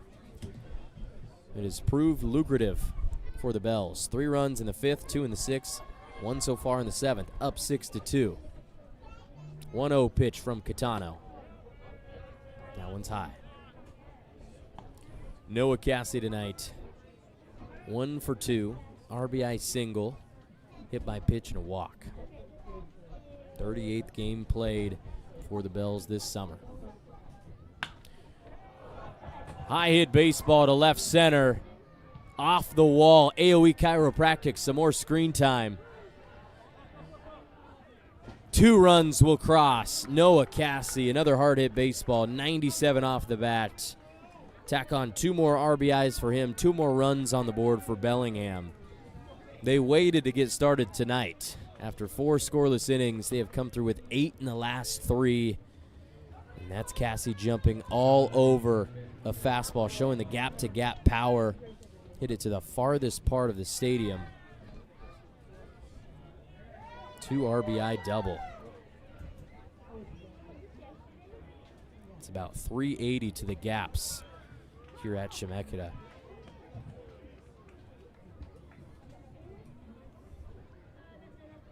Another guy that we've seen 3 times in the last 3 innings. Nate Johnson has walked and singled. Now he's got a runner on second, 2 outs. Most of this damage has been done. We thought the inning was over. Alkai Arujawayao brought in a ground ball in the 6th hole, threw it to Jake Dodge, who brought it in. And to be fair, didn't look like he ever had full control. If this was the NFL, we would be talking about it. Dunning charged it, underhand toss to Dodge to finally end the inning. What is a catch? Maybe now we need rules in Major League Baseball. 3 runs come across for the Bells, 3 more hits, and they're up 8-2. Take a break for the 7th inning stretch. Come on back. Marion Berries Baseball live on YouTube in the WCL Live app. Dulcet tones of, oh, is it Leroy? It is Leroy. Let's hear it. Take me out to the ball game. Take me out to the crowd. Buy me some peanuts and cracker jacks. I don't care. Never come back. Berry. 'Cause it's 1, 2, 3 strikes, you're out at the ball game. Ladies and gentlemen.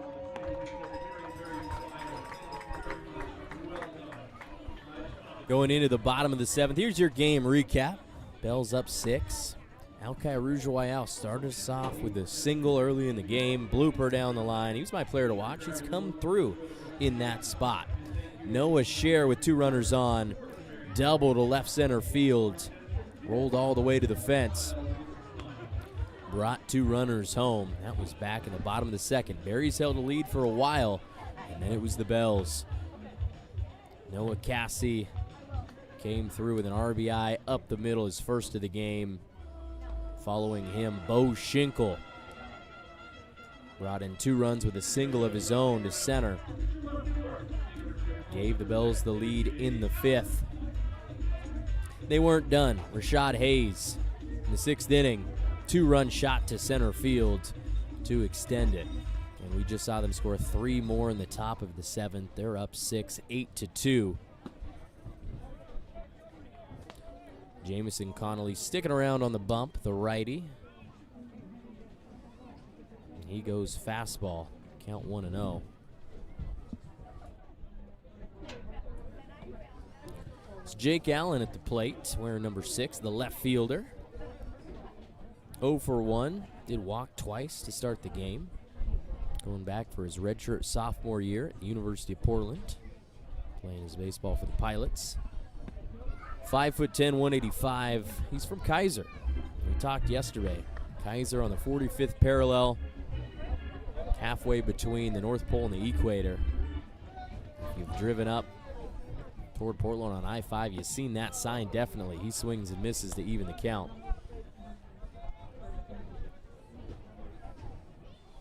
Jake Allen came in batting .269 in 9 games. His 10th played right here.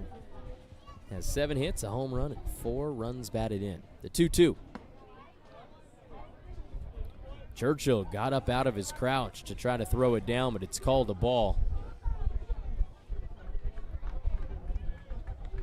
Another full count. That's the 3rd one of the game for Allen.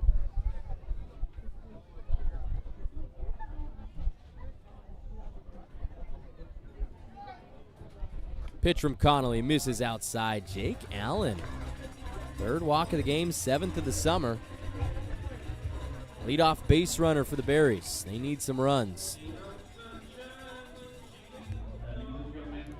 Base runner's going to help with that. They head to Bend this weekend. That'll be big to see if they can keep their season alive. Bend, the only team below them in the South Division standings. Then they will come back home for our final home series of the summer in 2026 against Walla Walla. Sawyer Nelson's pop-up goes out of play. He's down 0-1.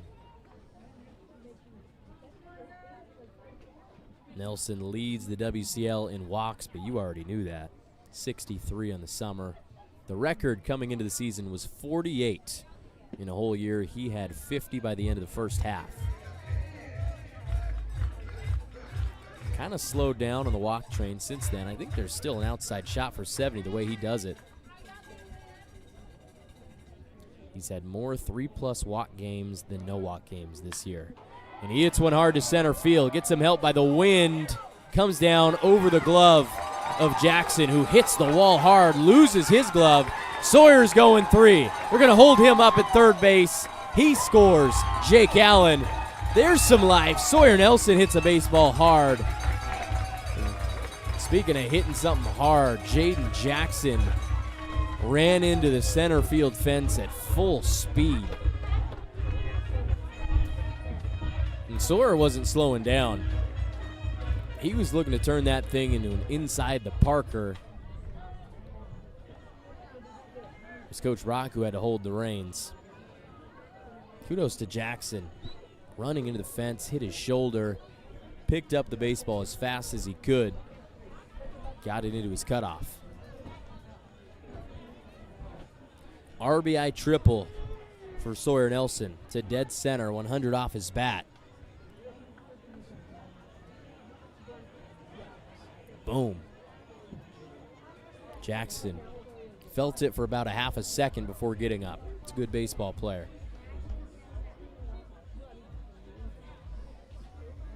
Getting checked out, head coach Regier and the trainer. 3rd run of the ball game for Marion. 2 batters into the bottom of the 7th inning. Temperature has dropped here at the park.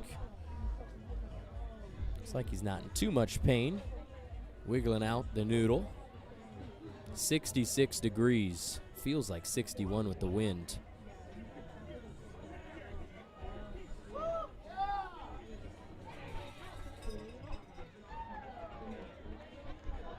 Fun zone still active. Only got about a half inning left of action.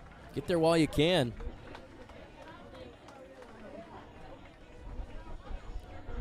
Going to leave Jaden Jackson in the game. That's a former Olympic gold medalist. Team USA.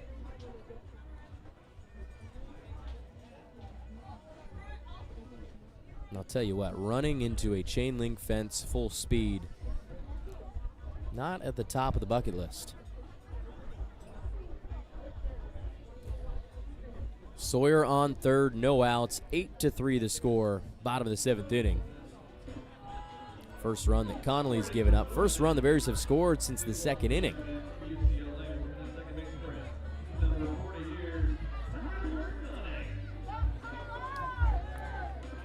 Bullpen still empty.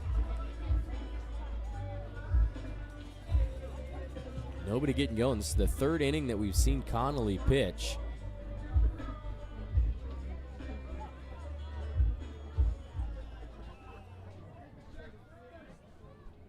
First pitch to Tyler Dunning, check swing, but he went around. Jamison Connolly has thrown exactly 2 innings so far, 40 pitches, 17 strikes, 2 walks and a strikeout to his name. 0-1 pitch up above the zone to even the count. 2-2 all-time series between the Bells and the Berries. First time they've faced off here at Chemeketa. And hopefully they will do so a lot more in the future. 1-1 pitch, check swing again from Dunning. That one called a strike in the zone. Look at that mash by Sora Nelson one more time.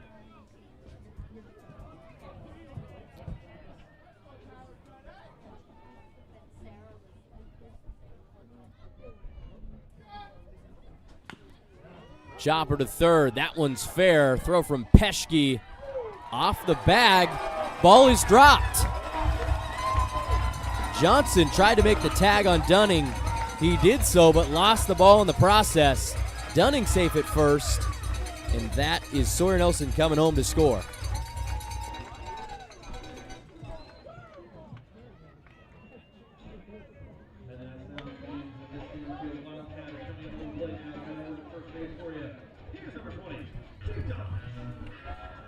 So still no outs. 2 runs have scored for Marion.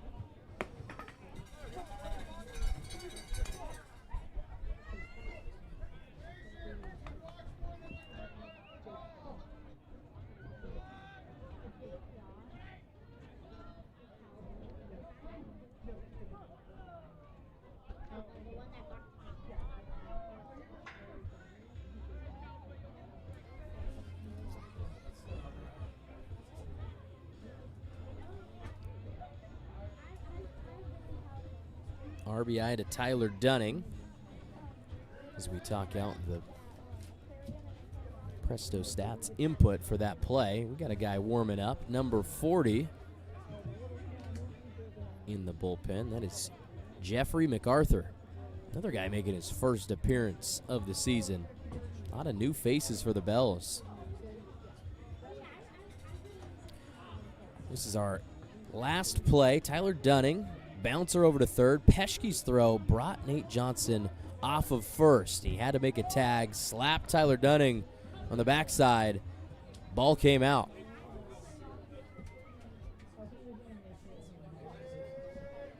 Still no outs. 2 runners have crossed. 8-4 ball game.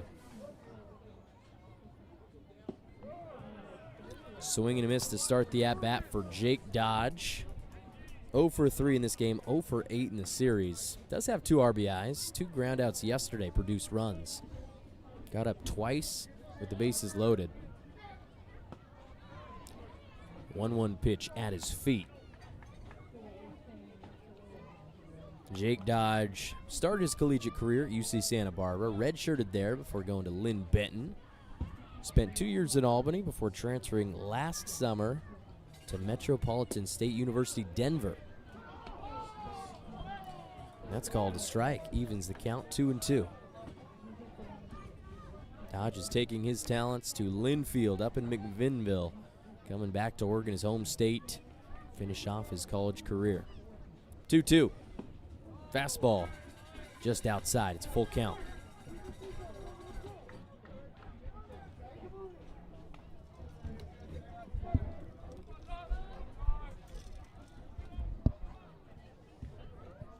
Connolly comes set.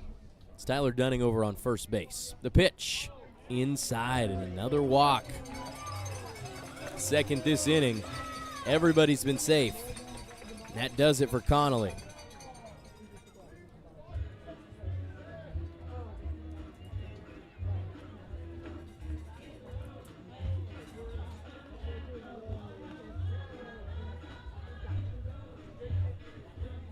Jeffrey MacArthur, baseball player, shares a name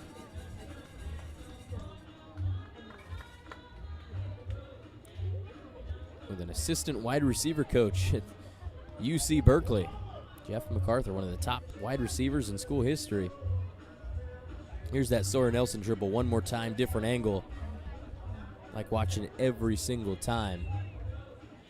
Off the wall.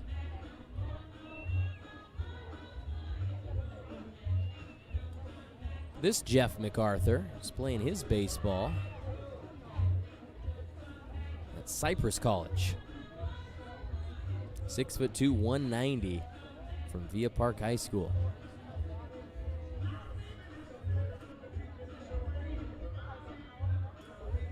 We'll take a break, let him get warmed up. Cole Weber, your voice of the Berries, coming back live on YouTube in the WCL live app.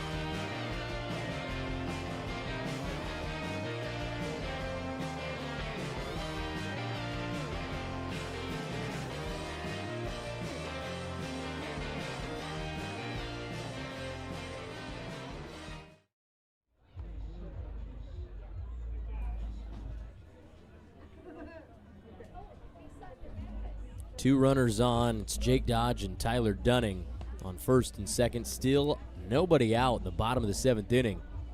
We have passed 9 o'clock. It's 9:12 here on July 29th, Wednesday. Game 2 of the series. Bellingham Bells making the drive down from Northern Washington. See if Major can keep this thing going. 0 for 3, backwards K, and 2 ground outs. Was 1 for 3 yesterday with a single in the infield.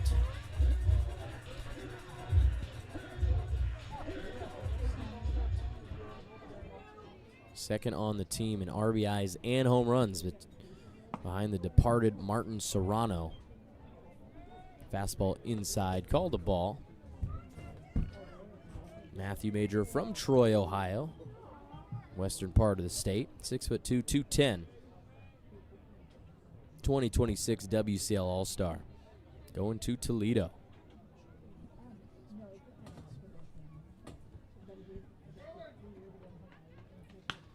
He hits one hard to left field. Does it have enough distance? It does! Matthew Major, goodbye! The Berries coming through in the bottom of the 7th. Got some legs with the wind. Major's 5th home run of the summer. He shows the tongue, dancing into home plate. Drives in Dodge and Dunning. Just like that, folks. Hopefully you didn't leave. We got a 1-run ball game. Berry's not going to die that easily.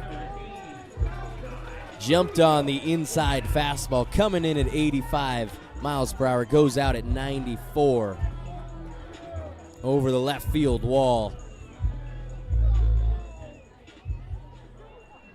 There we go, 8-7 the score. Still no outs in the inning for Alkai Arusha-Waiau. Swings at the first one, snapped up by Peschke, and finally one down.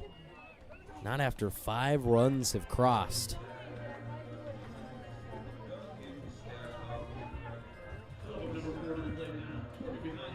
Matthew Major stared at it as it went over the second fence, back behind the field of play. Into the bushes it goes.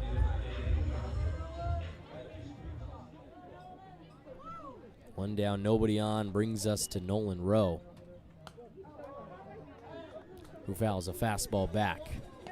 Thank you, Matt.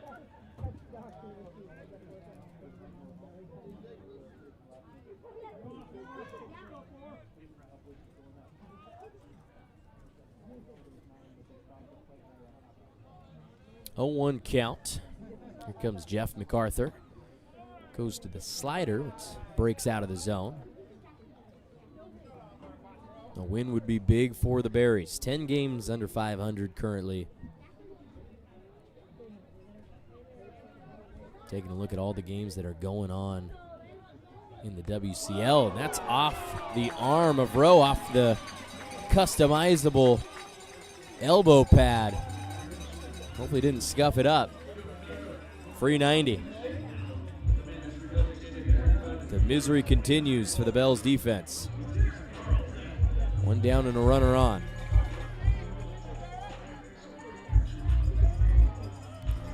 Last guy we saw on the bump, Jamison Connolly, threw 2 innings, 50 pitches. Had a strikeout and 3 walks, only 22 strikes.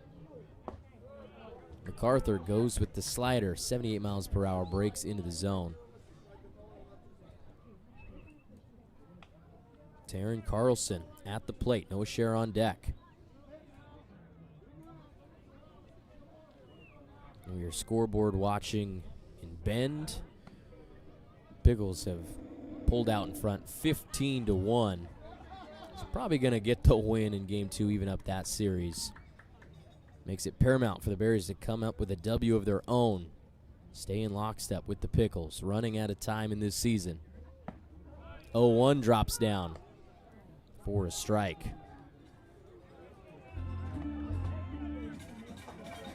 Springfield and Yakima, the Drifters, putting it on the Pippins as well. 11-3 in the top of the 8th. Another team on a heater. 2-strike payoff pitch, fended away by Carlson, popped back and out of play toward the concession stands. Had a hot dog there before the game yesterday. They've got that side of things if you want it, regular concession food, and those are great. If you want to go to the other side, talk to Frankie, have some brisket, some tri-tip, and you've seen me eat the tri-tip. Great stuff. 0-2, swing and a miss, drop third. First base was occupied at the pitch, so he is out.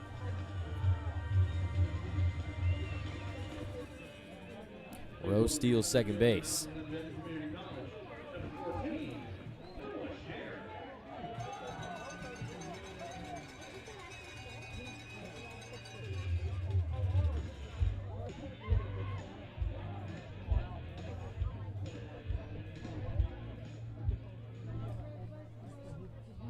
Two down now, runner on second to Noah Scher. Soft liner off the body of Hayes at short. Doesn't have the time. Noah Scher safe at first base. We have now batted through the order in this inning. Jake Allen led things off with a walk.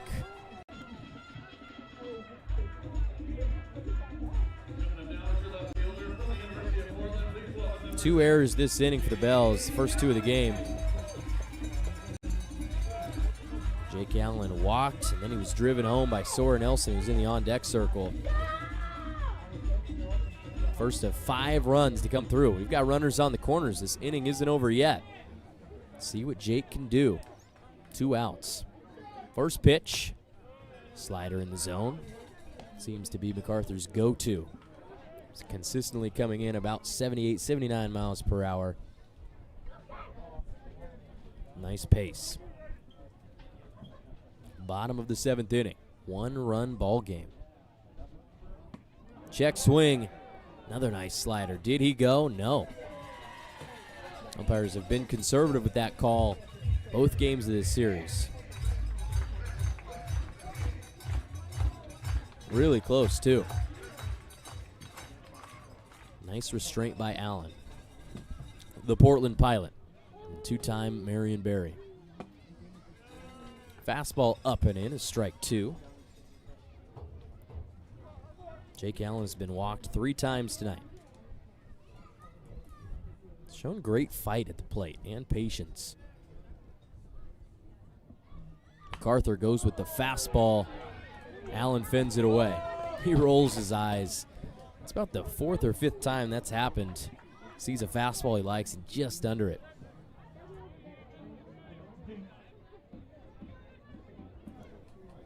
Deuces are wild. Bottom of the 7th. The runners on the corners. 2-strike pitch. Up and in. Allen leans out of the way. That comes in at 89.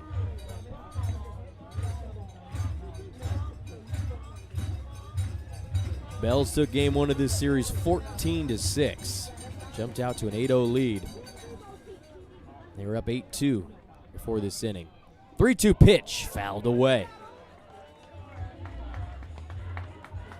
Jake Allen keeps himself in there, at least for one more pitch. Barely came to contact with that slider.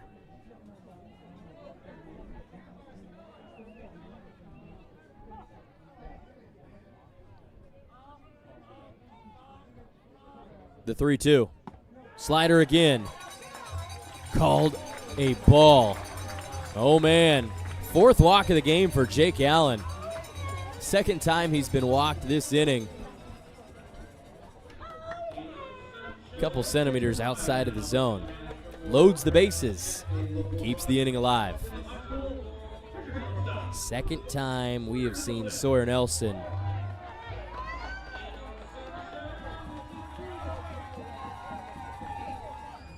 first pitch he sees, it's that slider again.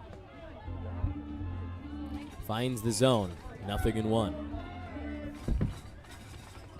Sawyer Nelson now with 18 RBIs on the season. Handful of triples to his name. He's got an even count.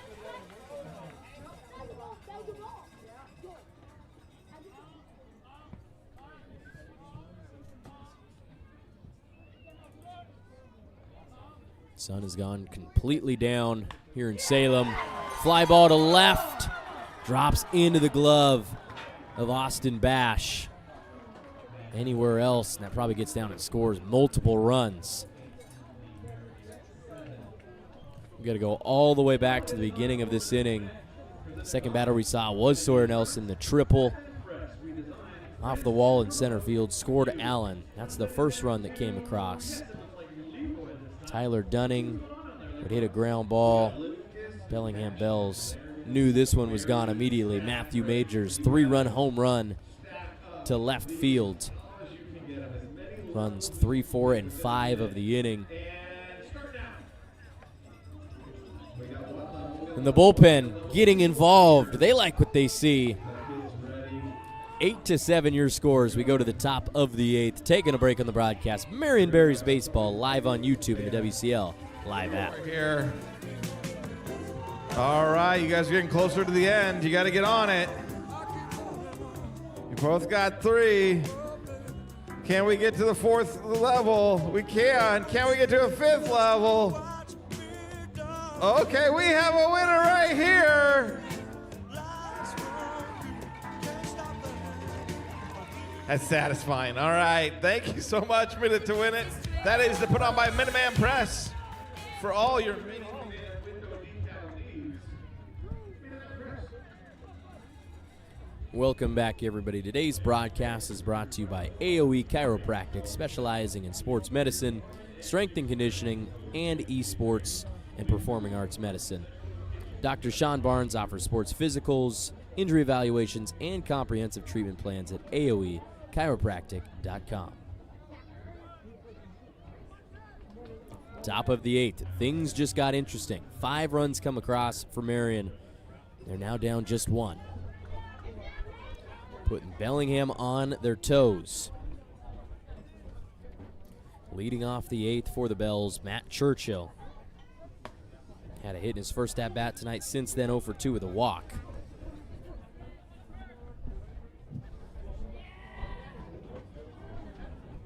Had over 1,300 fans show up to the ballpark tonight. Matt Churchill, we don't even have to wait. That thing is halfway up the light pole, on its way to bend. Whoa.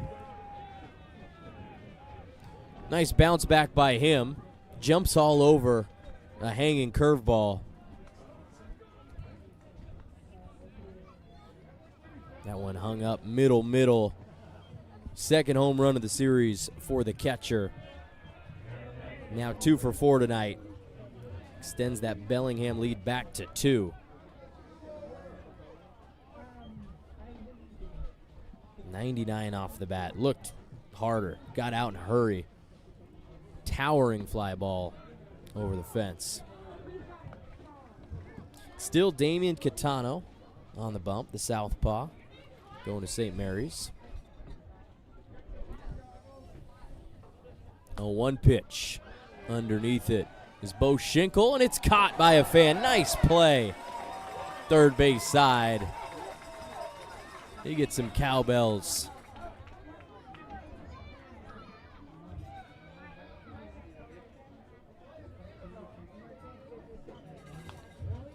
O2's fouled back.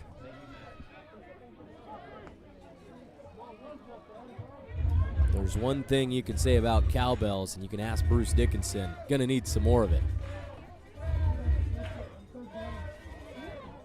0-2 pitch to Schinkel. It was a nice 2-strike pitch. Slider breaking away from him. He definitely thought about it, but it breaks out of the zone. Schinkel 1 for 4, a single and 2 RBI. Another check swing.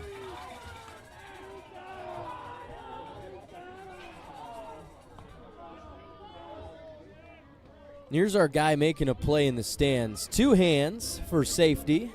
Reaches back and grabs it. His family's going wild. Another slider. Catano can't let him get away. I'm at 0-2.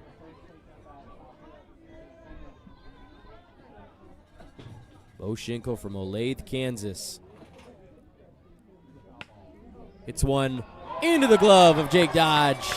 Leaves the ground, goes up and makes the play. Line out to first. Jake Dodge, little shuffle in celebration. Out number 1.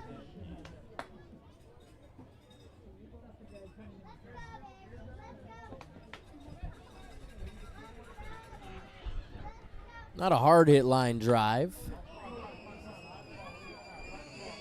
A fly ball to right field, right center. Matthew Major ranges over to get it. Off the bat of Tyler Peschke. Did not wait. First pitch he saw offered at. 2 quick outs.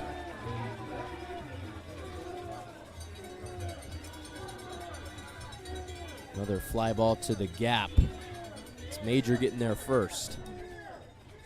2 down for the Berries brings us back to Austin Bash.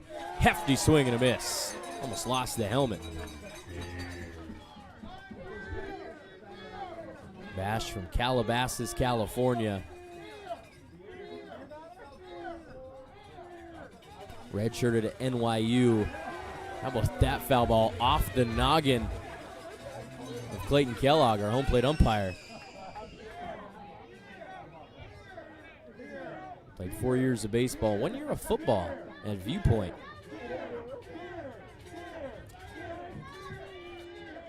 Oh, 2 pitch. Fended away. That one going into the stands. Nobody had the opportunity to get it. Landed in the empty stands. A young fan wearing what looks to be the colors of an A's hat, but didn't look like an A on the front. Looked like a K. I'm not sure what that can be. 0-2. Catano. Did he go? I think they're going to say no, he didn't. That's been 100% of the time the call. 1 ball, 2 strikes. 2 down, nobody on. Check swing, definitely didn't go. That's the right call. Bash down in the count, now even. Austin Bash this series made his first appearance of the summer yesterday. Pinch hitting in the 7th inning for Noah Cassie. Went 0 for 2 with a fly out and a ground out, and today, ground out, strikeout, fly out, sack, bunt. This is his 5th plate appearance. The 2-2 popped up into the air. Looks like that one will leave the field of play. Come down on the concrete, bounce away. Bash doing the Bee Gees proud. 2-2 pitch, grounder up the middle. Who's going to get there? It's Nelson. His throw. Low. It was beaten by Bash anyway. What an at-bat by Austin Bash, getting his first hit of the summer. Infield single. Was down 0-2, fended away a couple of tough pitches, got one he liked, grounded it up the middle. Beat the throw no matter what. We'll keep the inning going. Top of the 8th, 9-7. So the runs did come. We saw 20 of them, the totality of game 1. We've got 16 so far tonight. KG Hattori in the box. Fly ball to center, shallow center. Noah Scher loses the cap. Tyler Dunning falls to the turf, got out of the way quickly. That's good communication. They bring in the out. How about Soren Nelson running out there to get the hat for Matthew Major? Finding fun. Good inning for the Berries besides the solo shot to start it off by Matt Churchill, who jumped all over the curveball. Did that 13 times in the spring for Puget Sound. He gives Bellingham a 9-7 lead as we go to the bottom of the 8th. Taking a break. Berries baseball live on YouTube and the WCL live app.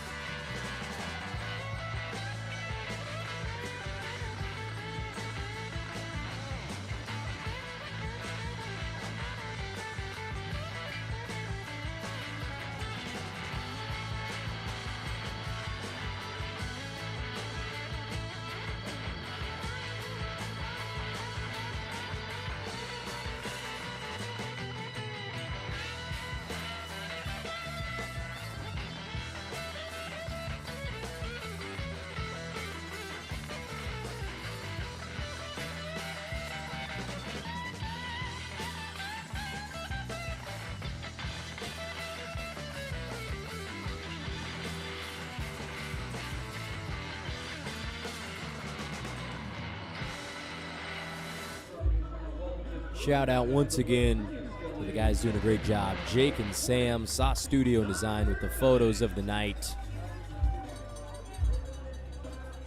Getting the flicks on this Wednesday evening at the ballpark. You can see the moon poking out over the trees in center field.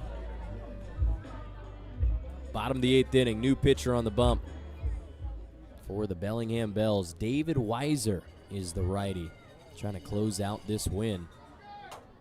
Goes fastball to start, coming in at 90 miles per hour, up at the eyes of Tyler Dunning. Weiser wears number 31. He's made 8 appearances this summer. He's got 1 start, 1-0 record, 20 innings pitched, 3.98 ERA, and 27 strikeouts. Second fastball out of the zone. He's playing his college baseball at Stanford. 6'3" righty, weighing in at 207 pounds. Another guy, I think he'll get there. He'll get 210 someday. From Elk Grove, California. Decided to stick around in NorCal. Get some off speed to drop into the zone. Made his collegiate debut and lone appearance of the year for Stanford against Clemson. Recorded a strikeout, retired the side in 1 inning of work. That was back on April 3rd. Only inning he threw for Stanford this spring. Goes back to the changeup. It's 3-1 count to Tyler Dunning. Weiser, 2025 graduate of Bradshaw Christian High School in the outskirts of Sacramento. Helped his team to 2 NorCal state titles. 3-1 pitch, swung on and waved at. Weiser, 2-time All-Sierra Valley first team selection. Sophomore and junior years. Dunning underneath the fastball. He's also a Sacramento Bee All-Metro team. Ranked the 20th right-hander in the state of California coming out of high school. 3-2 pitch. Dunning fouls it back.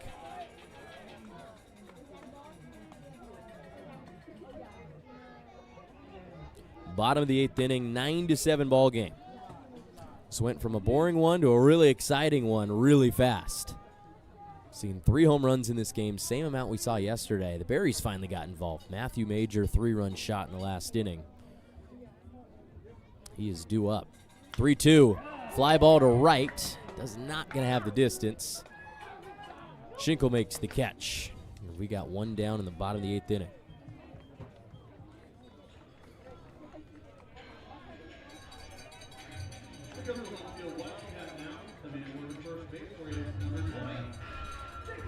Jake Dodge comes up next. Some people call him Cowboy. His father gave him the nickname Big Hoss. Big old dude playing first base.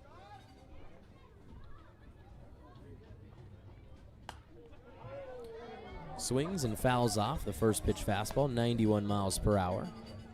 Jake Dodge, Southridge High School in Beaverton, earned first team All-Metro League honors as a utility player, second team selection as a pitcher, and second team as an outfielder, all in his senior season. He also played basketball. I mean, you could tell by the height.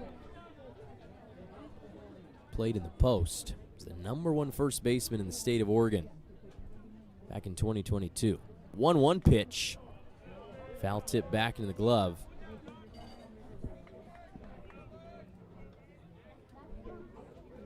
Two seasons with Lynn Benton. Played 74 games. Gold Glove selection at first base in the South region. 1-2, swung on and missed. Weiser punches one by him. Strike 3.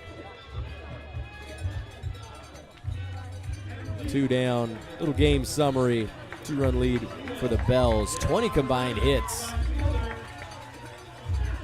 Marion scored 5 runs in the 7th, though, thanks to a 3-run shot by Matthew Major. Bellingham's 1 through 3 hitters in the order, 6 for 11 with 5 RBIs. Yeah, they've come through.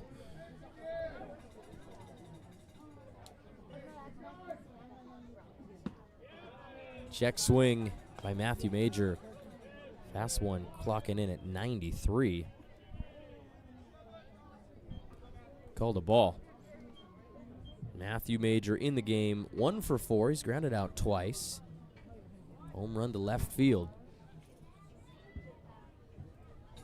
1-0 offering. High bouncer to third. Peschke's gotten the work in the hot corner today, but he makes the throw to first base to retire the side. 3 up, 3 down. Berries offense can't keep the momentum going. Gonna have to wait till the 9th. 9-7 lead for Bellingham. Stick around, folks. Late inning baseball doesn't get better than this in the state capital. You're watching Marion Berries baseball on YouTube and the WCL Live app. Coming back after the break.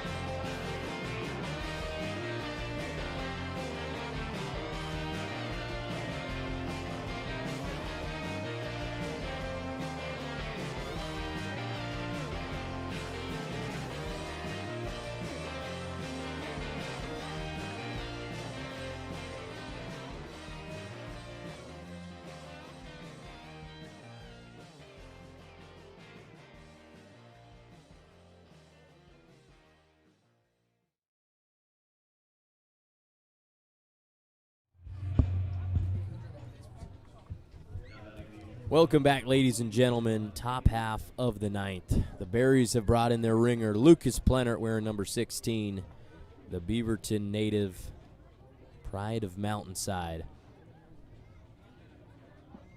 Awaits the leadoff man, Rashad Hayes, who has a home run to his name. 2 for 5 tonight. Lucas Plenert goes fastball up and in to start. It's fended away. Lucas Plenert now tied with Dak Teixeira for the most appearances for a Berries pitcher this season. Number 19. He started one game a couple weeks ago. He's got a 4.18 ERA and a 3-2 record. One save, 32 innings. The 0-1. Fastball finds the zone. Plenert was thrust into a late innings reliever role, one he was not used to. He's used to starting. Did it for 2 years at George Fox. Started 11 games in the spring. You can remember, people of Salem can remember, back in May, struck out 10 batters and shut out the Willamette Bearcats. Another foul ball keeps us at 0-2. Plenert this summer, 39 strikeouts, just 15 walks.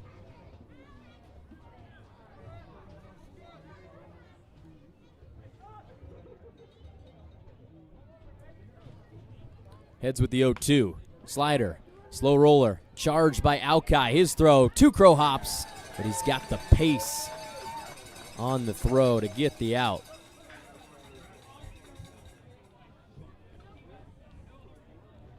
Damian Catano leaves the game. He threw 43 pitches. Didn't feel like he was there for that long. 2 1/3. Did throw 27 strikes. Couple of swings, though. Matt Churchill's comes to mind. Solo shot. The order moves to Jaden Jackson. Loaded up, thought about it. Strike goes through anyway. 0-1 the count to Jackson from Redondo Beach, going to UCLA. Came through in the gold medal game for the U18 team. The U.S. drove in go-ahead run against Japan to help the Americans seal the gold.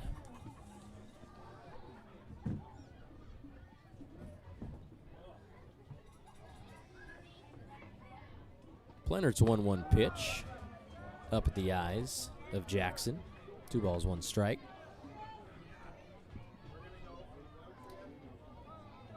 Lucas Plenert started 2 games, made 12 appearances for the Berries last summer. 4.23 ERA. Numbers look similar.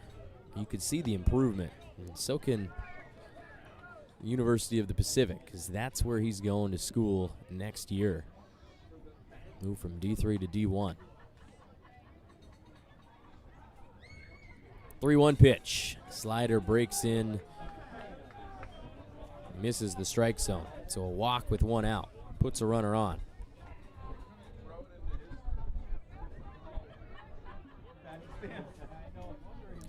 Jaden Jackson has been walked 3 times tonight. 2 for 3 with a double, a single. He's been on base 5 times. He's on first base, got the speed. We saw him run into the wall in center on that Sawyer Nelson triple back in the 7th inning.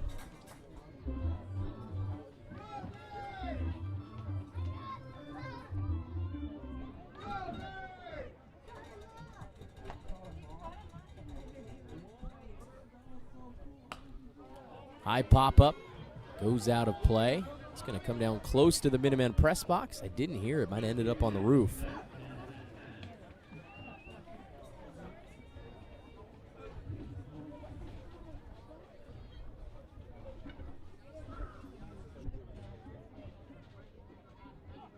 And there we go, Minuteman press box. Stephen Varesby doing the good work, handing out churros to the guys. He's going to give a wave. 1-1 pitch. Fastball up and out.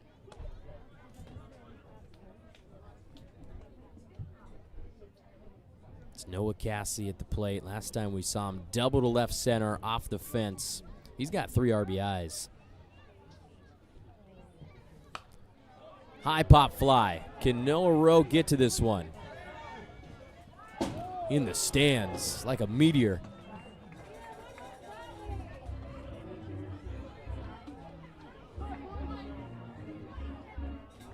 fan wearing the purple sweatshirt jumped all over it. There's Luke Emanuel, our owner. Talking to some fans in the stands.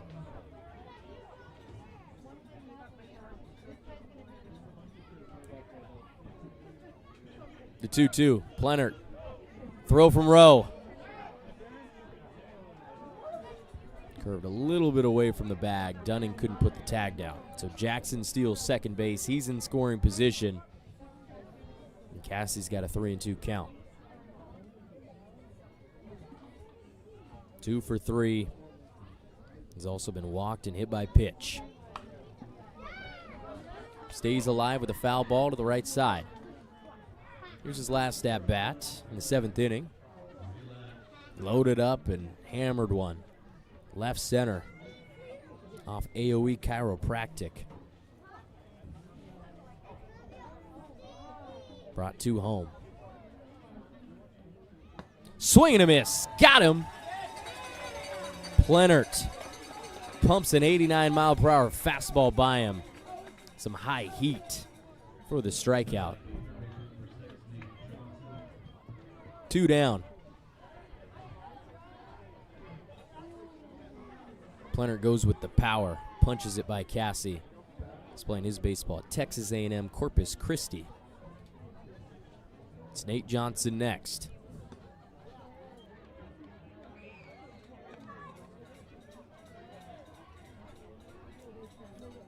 Nate Johnson, 2 hits in the series, a single back in the 6th inning. He's grounded out twice. He's been walked and he's popped out. Playing at Tulane. Here's a pop-up back behind third. Alki camped under it. Off his glove.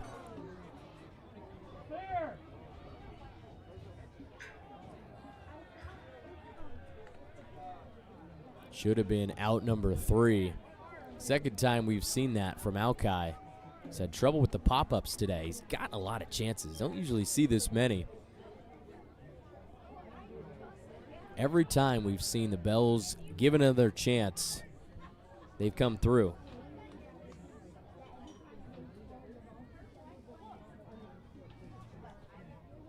Johnson 1-1 count. Leaves a fastball low. There's the pop-up again. Alki lucky that thing didn't come down in fair territory. Bounced off his glove, went foul. Fastball north of the zone gives us a 3 balls, 1 strike count.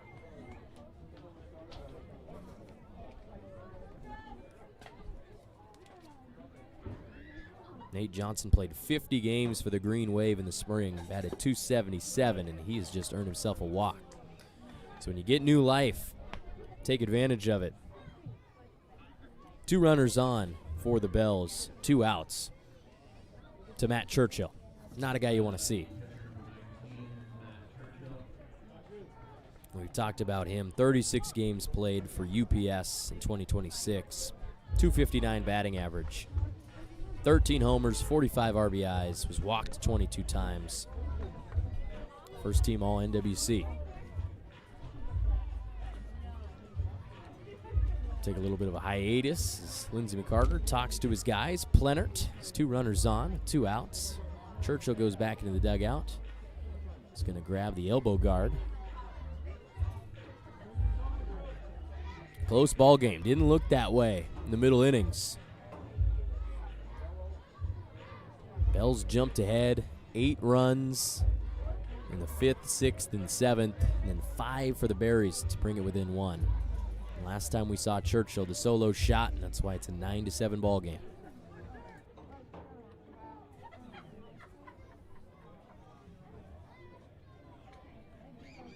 He's driven in 29 RBIs this summer. He's got 5 home runs. He's got 2 runners on. First pitch, a fastball down the pipe. Swung on and missed. Churchill spent his formative days in Woodland Hills, California. Went to Chaminade Prep. Swings at the 0-1. That one hit the backstop hard.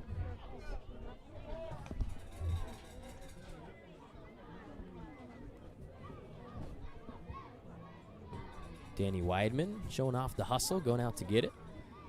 No balls, 2 strikes. Leonard has been known to go right after him, and he will. Hard hit baseball to the gap. Jake Allen's going to get there and bring it in. So the Berries defense does their job. They hold the Bells scoreless in the top of the 9th. Need 2 runs to tie it, 3 to win. Come on back, folks. Don't miss it. Taking a break on the broadcast. Live on YouTube and the WCL Live app. This is Marion Berries Baseball.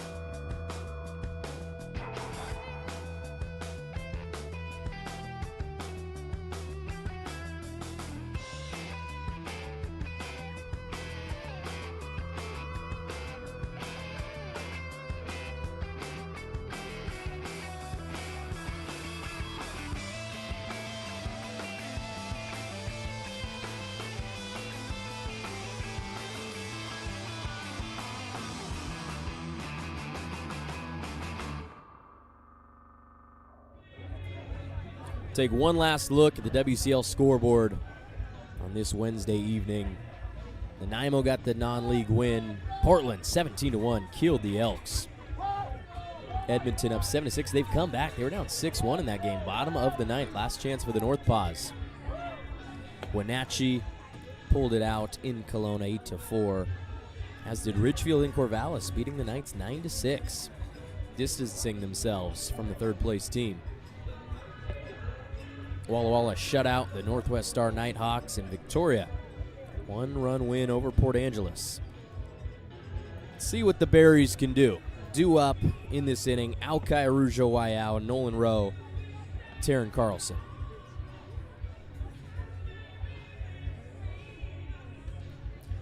The 6 through 8 hitters in the order. 9:53 p.m. Played over 3 hours in this ball game.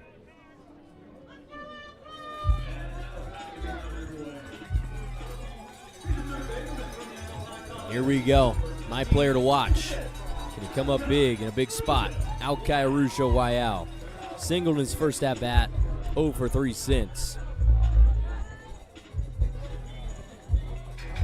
Batted .344 for Yavapai in the spring. Facing off against Weiser for the first time. Slider low and away, 1-0. A win for the Berries would keep them 4 games behind Portland in the standings. That's the final playoff spot.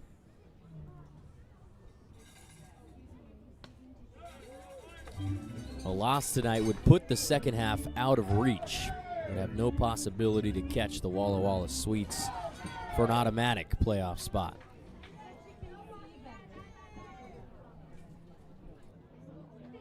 Win for Bellingham would give them number 30 in 2026. Fastball in the zone. 2-1 count to Alkai. Bellingham Bells, they were all gray yesterday and the all baby blues tonight. Reigning WCL champs.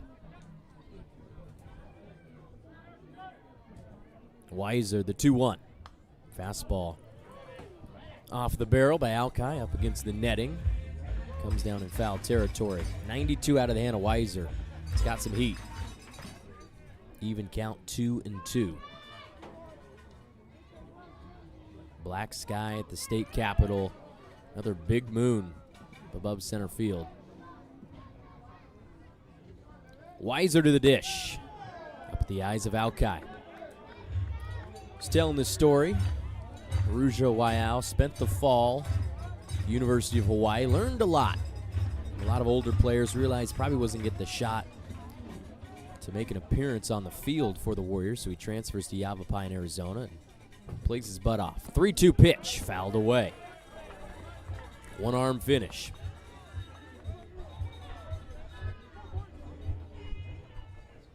It's Nolan Rowe on deck. Taryn Carlson in the hole. Represent the last 3 opportunities for the Berries. Got a full count. Weiser in the windup. Here he goes. Fastball. Finds the zone. Alki knew it. 91 miles per hour, upper half of the strike zone. It's a backwards K. Out number 1 at the bottom of the 9th.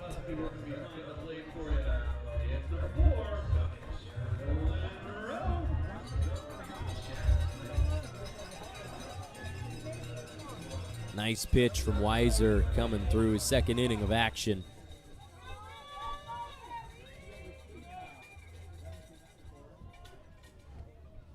Now it's the pride of Polesbo. Rowe takes a strike. The 6-footer weighing in at 180. Looking for his first hit in the series. Came in batting .234 on the season in 18 games.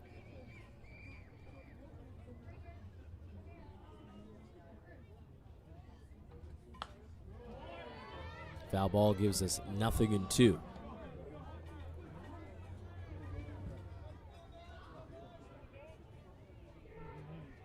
$1,393 fans came out to the ballpark tonight. They've seen a good one.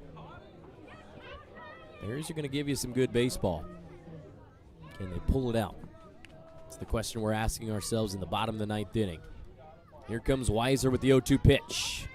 Goes out of the zone. Hits his spot. Definitely cold here. You can see the legs shaking. Most people have put on the tarps. If you're not, you're putting your hands in your pocket and you're shivering it out. Counts 1-2. The pitch. Another one out of the zone. Nolan Rowe 0 for 3 tonight. He was hit by pitch last time we saw him. Going back to Washington for his redshirt freshman year. Enjoyed his first year in Seattle. Got to travel with the team, learn, get bigger and better. The 2-2 pitch, fended away. Coming in out of the hands of Weiser at 92 miles per hour. Bringing the pace in the late innings.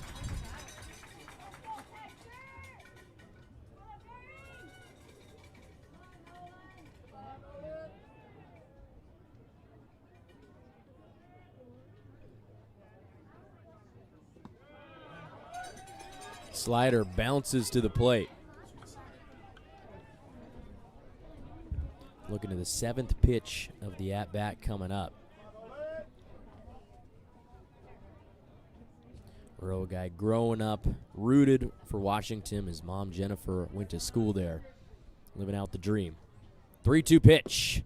Fastball again. Did it find the zone? This one didn't. There we go. Tying run is coming up to the plate after the Rowe walk.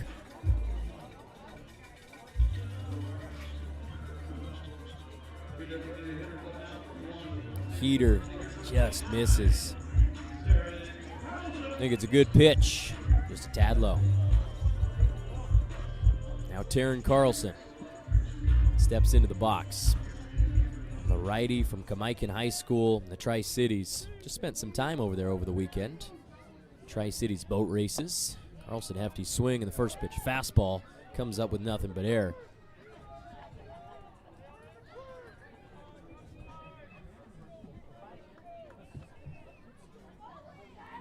If you've never been, put that on the bucket list. Go out and watch the hydroplanes. As Carlson chases some heat way up above the strike zone. Down 0-2. Hydroplanes going 200 miles per hour out on the Columbia River. Pretty exhilarating.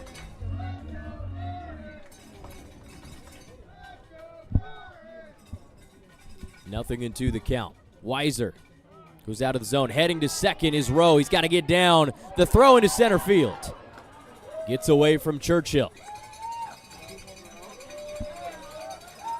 So Rowe steals second base.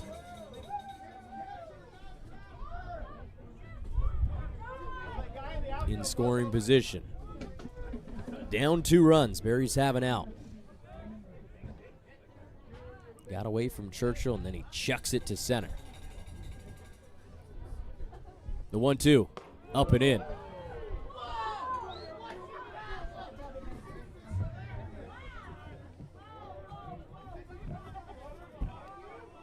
Game 3 tomorrow, scheduled for 6:45 p.m. Our pregame show will start at 6:30. 2-2 count for Carlson. The pitch swung on and missed. Strike 3. 2 Ks for Weiser. Makes it a little tougher for Marion.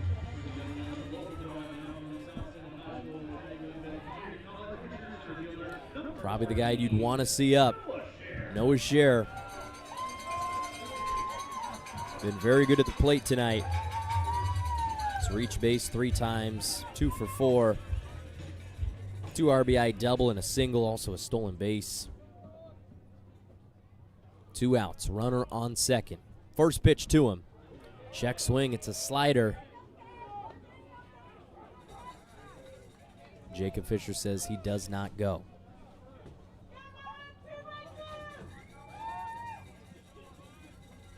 One ball, no strikes. Noah Scher grew up right here in Salem. Went to South Salem High School. An all-time great Saxon. Fastball misses up.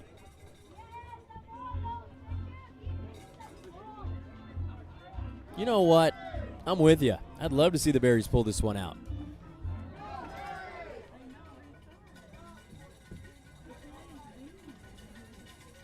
A walk right here would help a lot. Noah Scher fly ball to center. Going back to get it is Jackson. It comes down into his glove. Sorry we couldn't do it for you, fan. Fly out ends the game. Bellingham, after giving up 5 runs in the bottom of the 7th, hold the Berries scoreless. 9-7 the final score. Got some run out of late inning baseball, though. 14 hits for Bellingham, 6 for the Berries. We will take our final break of the broadcast. Come on back, talk to our Berry of the game after the break. You're watching Berries Baseball live on YouTube in the WCL Live app.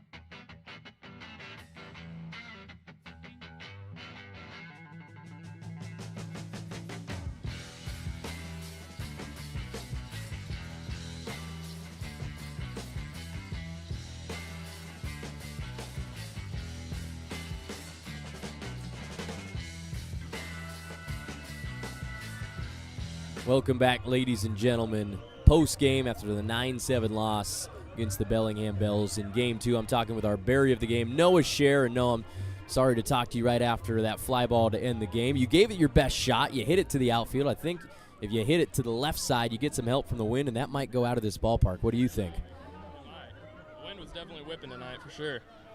You are correct. I mean, 3 long balls combined from both sides. This whole series, the wind has been going. What does that change what you do out in center, playing out there? You're used to it, but how does it change how you play? Since the wind was, whipping out to left field tonight or the last 2 nights, I guess, I'm definitely shifting a lot on these guys, lefties especially. They like to pull the ball a lot, so shifting out to the left side of the field more and getting in position, I guess. Yeah, I mean, whatever you do to prepare yourself, you do a great job. You're a fantastic center fielder, and you had a great night at the plate. Fantastic night at the plate. Started at 2 for 2, 2 RBI double, and a single. How'd you feel in BP, my friend?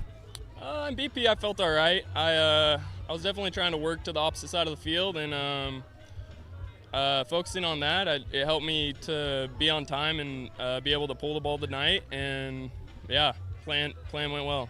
Yeah, worked out. 2 RBI double, brought in 2 runs, gave you guys the lead. Is that usually par for the course for you? I mean, if you feel all right in BP, you don't feel great. Does it usually translate to success in the real game?